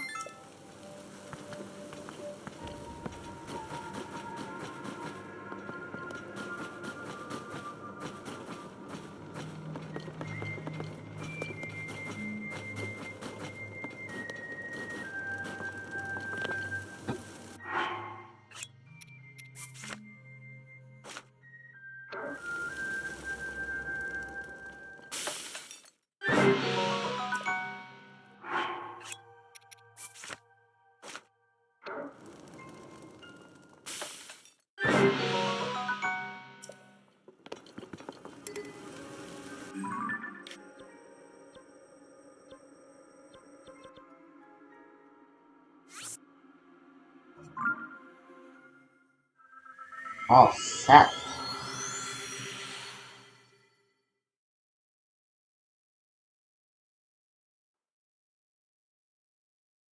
Just playing around. You're acting like this is just a fun time. I remember in the Wii version, it was the Miis that would be driving, and me and my siblings would always remark about how they're crazy drivers and like, how did they get their license? How is this legal? It was also really fun seeing your Miis. I really hope for the next Mario Kart they add that back. I know Nintendo hasn't really been using the Miis as much, but they're just a fun character.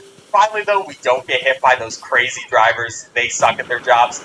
Die, guys, you need to stop. And that is going to be our win. Next up, it's time for Mario Kart Tours Tokyo Blur. And this is probably one of the fastest tracks in the entire game. It's a really simple track. It's very quick. And you can see we just get a nice boost right there. We go under the bridge. We hopefully get something to stop this red shell. Thank you. And then we make that turn onto this bridge. And we're already done with the first lap. I'm pretty sure you can actually get this stage done in like a single minute if you don't have any CPUs throwing items at you. But hey, we did get the horn power. That is actually perfect. So if there are any blue shells, we should be able to protect ourselves. Also, right there, I am going to do a trick. And you know how I was saying, unfortunately, we had to use it right there, but it didn't matter anyways. We got lightning. As soon as I get something nice, the game says, no, you're not allowed to keep that for too long. We do not want you to have that. But now on this part, we get onto a slightly different section where we're going through the highway. I don't know who set up these swamps. Like, you literally cannot use this highway for anything other than racing. Those would literally kill people. But we make it through to the end. Like I said, super fast track. And that's going to be done with another tour track. So it's time for DS Shroom Bridge. And you already know this is another track where we have drivers. There are these people driving their cars. This is probably one of the easier tracks to dodge them, at least at the beginning. Once we get to the second half of the track, it gets a bit harder. Also, I probably should have predicted that Kamek would have used the red shell right there. I literally saw they had it. I don't know why I didn't just put my banana behind me. Maybe it's the exhaustion starting to happen as I just get hit by a car for no reason. But this part is really hard to Transfer first to house, by the way. And make turns. It's very easy to just run into one of those, but pretty good driving right there. It doesn't damn it, actually I need refer you to get to away how from me. much At least I have attack two power protection items right your now. horse I'm can trying do. to get some good boosts. Here I want to save All up one of my horses boosts deal so the I get same a amount big of boost. damage. I use it a little bit early right there. But there is a nice trail Toll of refers to 3 how horses much there, which I weight always do they can appreciate. carry And when there you goes attach a both towing of my harness protection for them. items. Even if we So didn't it's a get really boost, good we also stat got to lightning, also max which out. is definitely, a thing. At least it makes And this then section a lot stamina easier is when you're quite not here. obvious. I mean, you don't want to get lightnings because it does make it slower, but it also makes it a little easier, so it's a trade-off. And then I got hit by another car. It's not even the driver's fault. I'm literally running into their backs, but coming in at the end, we have this tunnel part. We can make it through there. We have Squidward, kind of the worst place for him to happen. And then a red shell and a blue shell and a green shell. Whoa. How many things are going to hit me? Remember when I was trying to save that I wanted to keep my first place as much as possible? Can we please get hit by a car? Of course not. Second place. Next up, it's time for GBA Sky Garden. And this stage has a really cool shortcut you can do on 200cc. Other than that, it's a pretty simple track. But once we get to the shortcut, that's where it really starts getting special. Now, in 200cc, making that jump is really weird. Sometimes you have too much speed and it just messes with you. But here's the shortcut. What we want to do is go over there, use our boost as soon as we land, do a couple of hops, and that saves so much time, it's actually insane. It's a super easy trick to do too, so it's definitely worth it if you're playing on 200cc. You might just have to practice it a few times, but it's also nice since this is a very short track, so we just get to do it over and over again. I'll go for it again. Make sure you release that boost as soon as you hit the ground, do a couple of hops, and we also have a horn, which is perfect timing. For once in my life, I might actually stop a blue shell. No, there's a red shell right there as soon as I was going to be able to. You've got to be kidding me. And then I tried to hit the red shell and the blue shell together and ended up getting hit by the red shell and destroying the blue shell for no reason. It would have been so cool. I could have finally used one of those for its intended purpose, but the game did not want me to. At least we finish out another quick track. Now for this race, we have Ninja Hideaway, which is actually one of the coolest tracks when you try to do skips. The first one we're going to do is take this bottom path, and what we can do is boost into the wall, then hit those piranha plant things. Normally, if you're going too fast, then you'll get hit like you would if you were getting a red shell, but if you hit the wall first, then it doesn't do any damage to you, and you can save like half a second. Now second, I was trying to get onto the top path so we could do another skip, but kind of messed that up, so we'll try it the next time. And we can also take this boost, so this time we go onto the top path, and that way we don't have to do the piranha plant thing. The reason we want to do it sometimes, though, is because you're not always going to get to take the top path. Like right here, that might come down, and yeah, got pretty bad timing for that. Went a little too slow. But we should be able to get a boost off of these things to make it over to the top. There we go, and I fell off. Okay, I definitely will get to show you this trick on the final lap. I'm a little worried now, because I could definitely see myself messing it up. But that's fine, and then we fall into a pit. Look, 2 hours in, the bottom Mario Kart track's done. I lost count at this point. I have one trick that will be very cool if I can pull it off. We'll just see if I can pull it off. So we're taking top path again. There is going to be a blue shell. Kind of the worst timing for it to happen. But at the very least, I should be able to make this top path. I don't. That's fine. Not perfect. At least we get to see the Shy Guys. Pretty cool. And this time, we'll actually make it up here. It's really not that hard to stay up there. I don't know why I was having so much trouble. We want to stay up here. And basically, what we want to do is a drift into not running into that wall. I probably won't have enough speed to do this, but if you do, you're able to make it over to that roof, skipping a section of the map. I did not do it the best, and we also got a 4th place, but it would have been really cool. It would have. So now we're on to the Wave 2 Cups, and we have Turnip Cup to start out with New York Minute. In this stage, it's another tour track, so of course it's going to be pretty simple at the beginning, except I messed up. Even with its simplicity, I lost my drift right there. But it's a nice track because you're going through the parks, you see the entire city. I feel like there would be much more Toads and Yoshis if this was actually New York City. Like, I've been to New York once, and it was so crowded, it was insane. So yeah, I don't think there would be this little amount of people just hanging out, having a good time on the bench. And I also got hit on the bench, and then a red shell, of course. It's kind of fun right there. You do get to see just how ginormous the Toads are in some of these stages. For some reason, they blow up their size by a bunch, and they also blow up how annoying Donkey Kong is because he threw a banana directly at me. I know he was planning. He that would hit me. Donkey Kong has definitely not gotten rid of our grudge. He's doing a lot worse. He's not even playing Nice. well this time, so maybe that's part of the reason he's really upset at his performance. Alright, Kamek, I am not going to lose another time to you. I have a red shell. Please hit you. How are you that fast? But we were able to take the first. You know, I'ma take it. The little victories, man. The little victories. Next up, we have SNES Mario Kart Circuit 3, which this is a Mario Circuit level, and it's also a SNES level, so obviously it's gonna be pretty simple. In general, I just want to get good boosts, and as long as I'm doing that, I'm gonna be pretty good. At some moments, I will It should slow allow down, me like to on that corner, just so we can keep our speed. There is gonna be a red get shell. my And this the rest part of is my probably the hardest part of the Chica entire upgrades with track, Robbie. but even that part's not that hard. And that's going to be lap number 1. This one is another one where it's pretty much just Let me about save playing it first. extremely well. And I know some people probably don't like this track because they're like, there are much cooler tracks that could have been added in. And finally, can we actually get rid of a blue show? I think that was the first time in this video that we did that. Thank you. For once, we didn't get hit by a red shell directly after there was a blue shell or something like that messing with our timing. It finally happened. You don't know how long I was waiting for that. I don't even care that we just got lightning. It doesn't matter. We make it to the end. So we're on to N64 Calamari Desert, and this is both such an iconic track and a really cool one in Mario Kart 8 because they added some cool new features to it. Now the first lap is going to be pretty simple. We do get to see the train just kind of doing its thing. You just got to do some good mini turbos, get some tricks, get some coins, try to get all the way up to 10. But the second lap is where it starts to really get interesting because you can see off into the distance that the track actually changed. I don't know how they got the money to do this and how they got the permits to do this. Like, there is an active train and you're trying to hit us with it. But we actually get to play on the train tracks, which is incredibly fun. Such a cool addition to this track. I mean, it's just a good one. There's not too much else I can say about it. We go around the train. We do get some lightning and also a Squidward, which will obscure our vision. But Wait, we are it's an actually on Hateno. lap 3. God You might damn notice it. at this point. And yeah, just back to the regular track. So that was pretty cool. Just a nice addition. I really like for some of these retro tracks, they added a little something to it. Sometimes it's not the Whatever, greatest I'm gonna addition go in get the world, knife but at least set. in this case, I do really enjoy it. And that is going to be that one done. Now we're on to DS Waluigi Pinball. And I mean, it's a Waluigi stage, so you already know it's going to be pretty fun,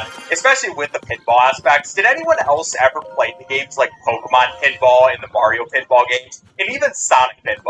There were some really good pinball games that came out. I'm pretty sure almost nobody actually played them, but they were really fun, surprisingly. Like, I recommend trying them out if you ever get a chance. There's some good games. Anyways, for Waluigi Pinball, it's pretty simple, besides for this part, where there are a bunch of these pinballs just going all along the track. And it is very easy to get hit by them. There's not too much we can do to speed up that part. We just kind of have to go straight and hope that nothing bad happens. And speaking of bad things happening, of course, there is going to be a blue shell right there. He's coming through. I'm trying to get some good speed to make it as least 6 is a impactful good as stopping possible, point, but I'd it's gonna do say. some pretty good damage to me. 6 At is least I do quite have a lot green of shell. battery You know, that that is will allow nice to you have to at least some sort of fly protection quite the item. distance with Hopefully the we're hover not bike. going to get lightning.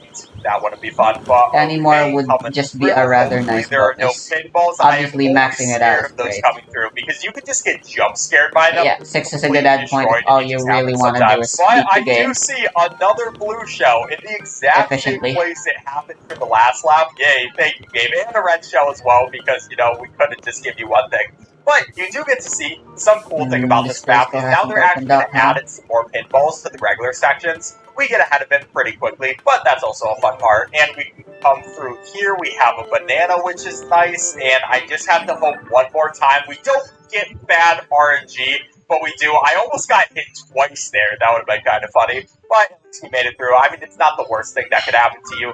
And we do a pretty tight turn there. Finish out with another map. That's the Turnip Cup done. Which leads us to the Propeller Cup with Sydney Sprint. And I actually really enjoy this map. People don't always love the tour ones so much, but this one's a cool one. They have all the amusement park rides going on. And it's also a very cool environment, and it's just colorful. You know, it's just a good time. But once we make it to this section, I will want to get a couple of points just for the speed up. I do see Kamek ahead of me. I don't enjoy that. But we'll just go on the highway here. That is going to be the first lap. We'll do a nice trick there. And now at this point, we're kind of going through the park. They really like these park areas where everybody's sitting on the benches. You're all alone though. There's nobody sitting with their friends, which is kind of funny. Like, it's just people sitting there kind of enjoying the race. I mean, to be fair, it's probably a pretty fun race to watch. Actually, would it be a fun race to watch? Because you're only really seeing a very short part of it. I mean, you do have the potential of seeing somebody literally die, because imagine they get hit by a bomb right in front of you. But I guess you're also risking your life because you probably could get hit by a bomb. I mean, I guess it's just why people enjoy Mario Kart. Always the threat of actually dying. On to the third lap, we're gonna get back over to this bridge section. Of course, what we want to do is take these jumps. That way we can just get a couple of boosts. There's also going to be this red shell. Don't like seeing him. We make it through the amusement park. That would actually be a pretty cool deal if you both got to go to the amusement park and you got to watch the race. But I did not even know that could happen. I didn't know that you could go off to the side of that window and not make it through. But it somehow worked out by not getting hit by the blue shell, so not the worst thing that could have happened. And then next up we have GBA Snowland, which this is a stage which gives you the slippery physics, so it does make it a little bit more difficult, especially when you're trying to do drifts. You just have to make sure that you slow down a minute, press the B button a little bit, but we can make it through there. It's pretty much just about taking these tight turns as tight as possible. And for that one, what I should have done is kind of held on to my brakes a little bit more, and it would have been a bit faster, which is always kind of a funny concept, We going find a slower way to go into that faster, but it does underground make section. sense, because if you go onto the off-road, it's always going to slow you down much more than if you brake a little bit. But you already know this is a winter stage, so even though I don't love the slippery physics, I love the winter atmosphere. Snow is just so good. I will die by this opinion. Snow alone makes winter the best season by far, and also kind of got lucky there. We got hit by a red shell, but then there was also a blue shell, so not the worst thing that could have happened. But then there's going to be this, and then a boo, and then a lightning, and everything could have went bad. But it's also really cute seeing all the penguins just kind of hanging out, doing their thing. And we should be able to make it home with a win. I know, okay, not the best, but at least because I got hit by the banana, it stopped the red shell. I mean, I did have a protection item, so it would have been better not to get hit by the banana, but we'll take it. Another win for me. So next up, that leads us to the Mushroom Gorge, and it's a Wii stage. You already know that I love it. And this one is especially near and dear to my heart, because I remember when I was a kid, me and my brother and sister, we would try to grind out the ultra shortcuts for this one. I don't know if we ever really got the ultra shortcut, but at least it was really fun to try to get this one, so really good memory for me. And just in general, this is a very nostalgic stages. I love bouncing off the mushrooms. I love pretty much everything about this one. Now we'll make it through the first lap. I do see a red shell. We might actually be able to outrun it, okay? Almost, at least there.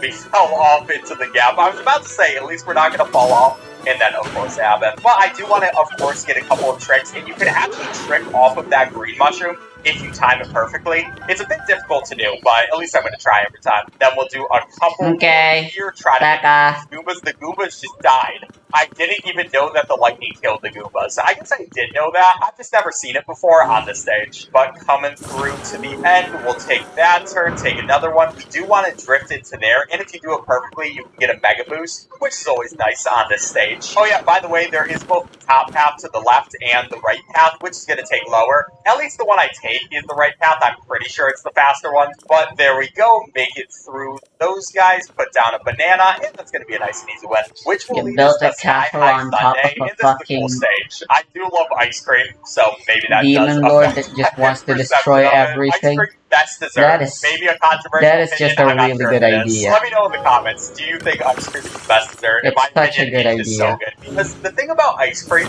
is it goes on any other dessert. Like, it's not only good alone, but you can put it on brownies, you can put it on cake, you can put it on literally anything. Even some sweet treats, like I've had Nerds in ice cream before, and that was good. What we want to do for this track is just take a drift right there instead of trying to get all of those racing things. We do get lightning there, not the worst part for it to happen, because now I can get a couple of tricks off of these things, even though we will be going a little bit slower, and I'm trying to get the points to the best of my abilities. It's a little bit hard, especially going on 200cc, but pretty good first 2 laps. Once you make it to this section, it's pretty much just a straightaway, so not too much to worry about. Oh, but also, I do want to go in that ice cream cone.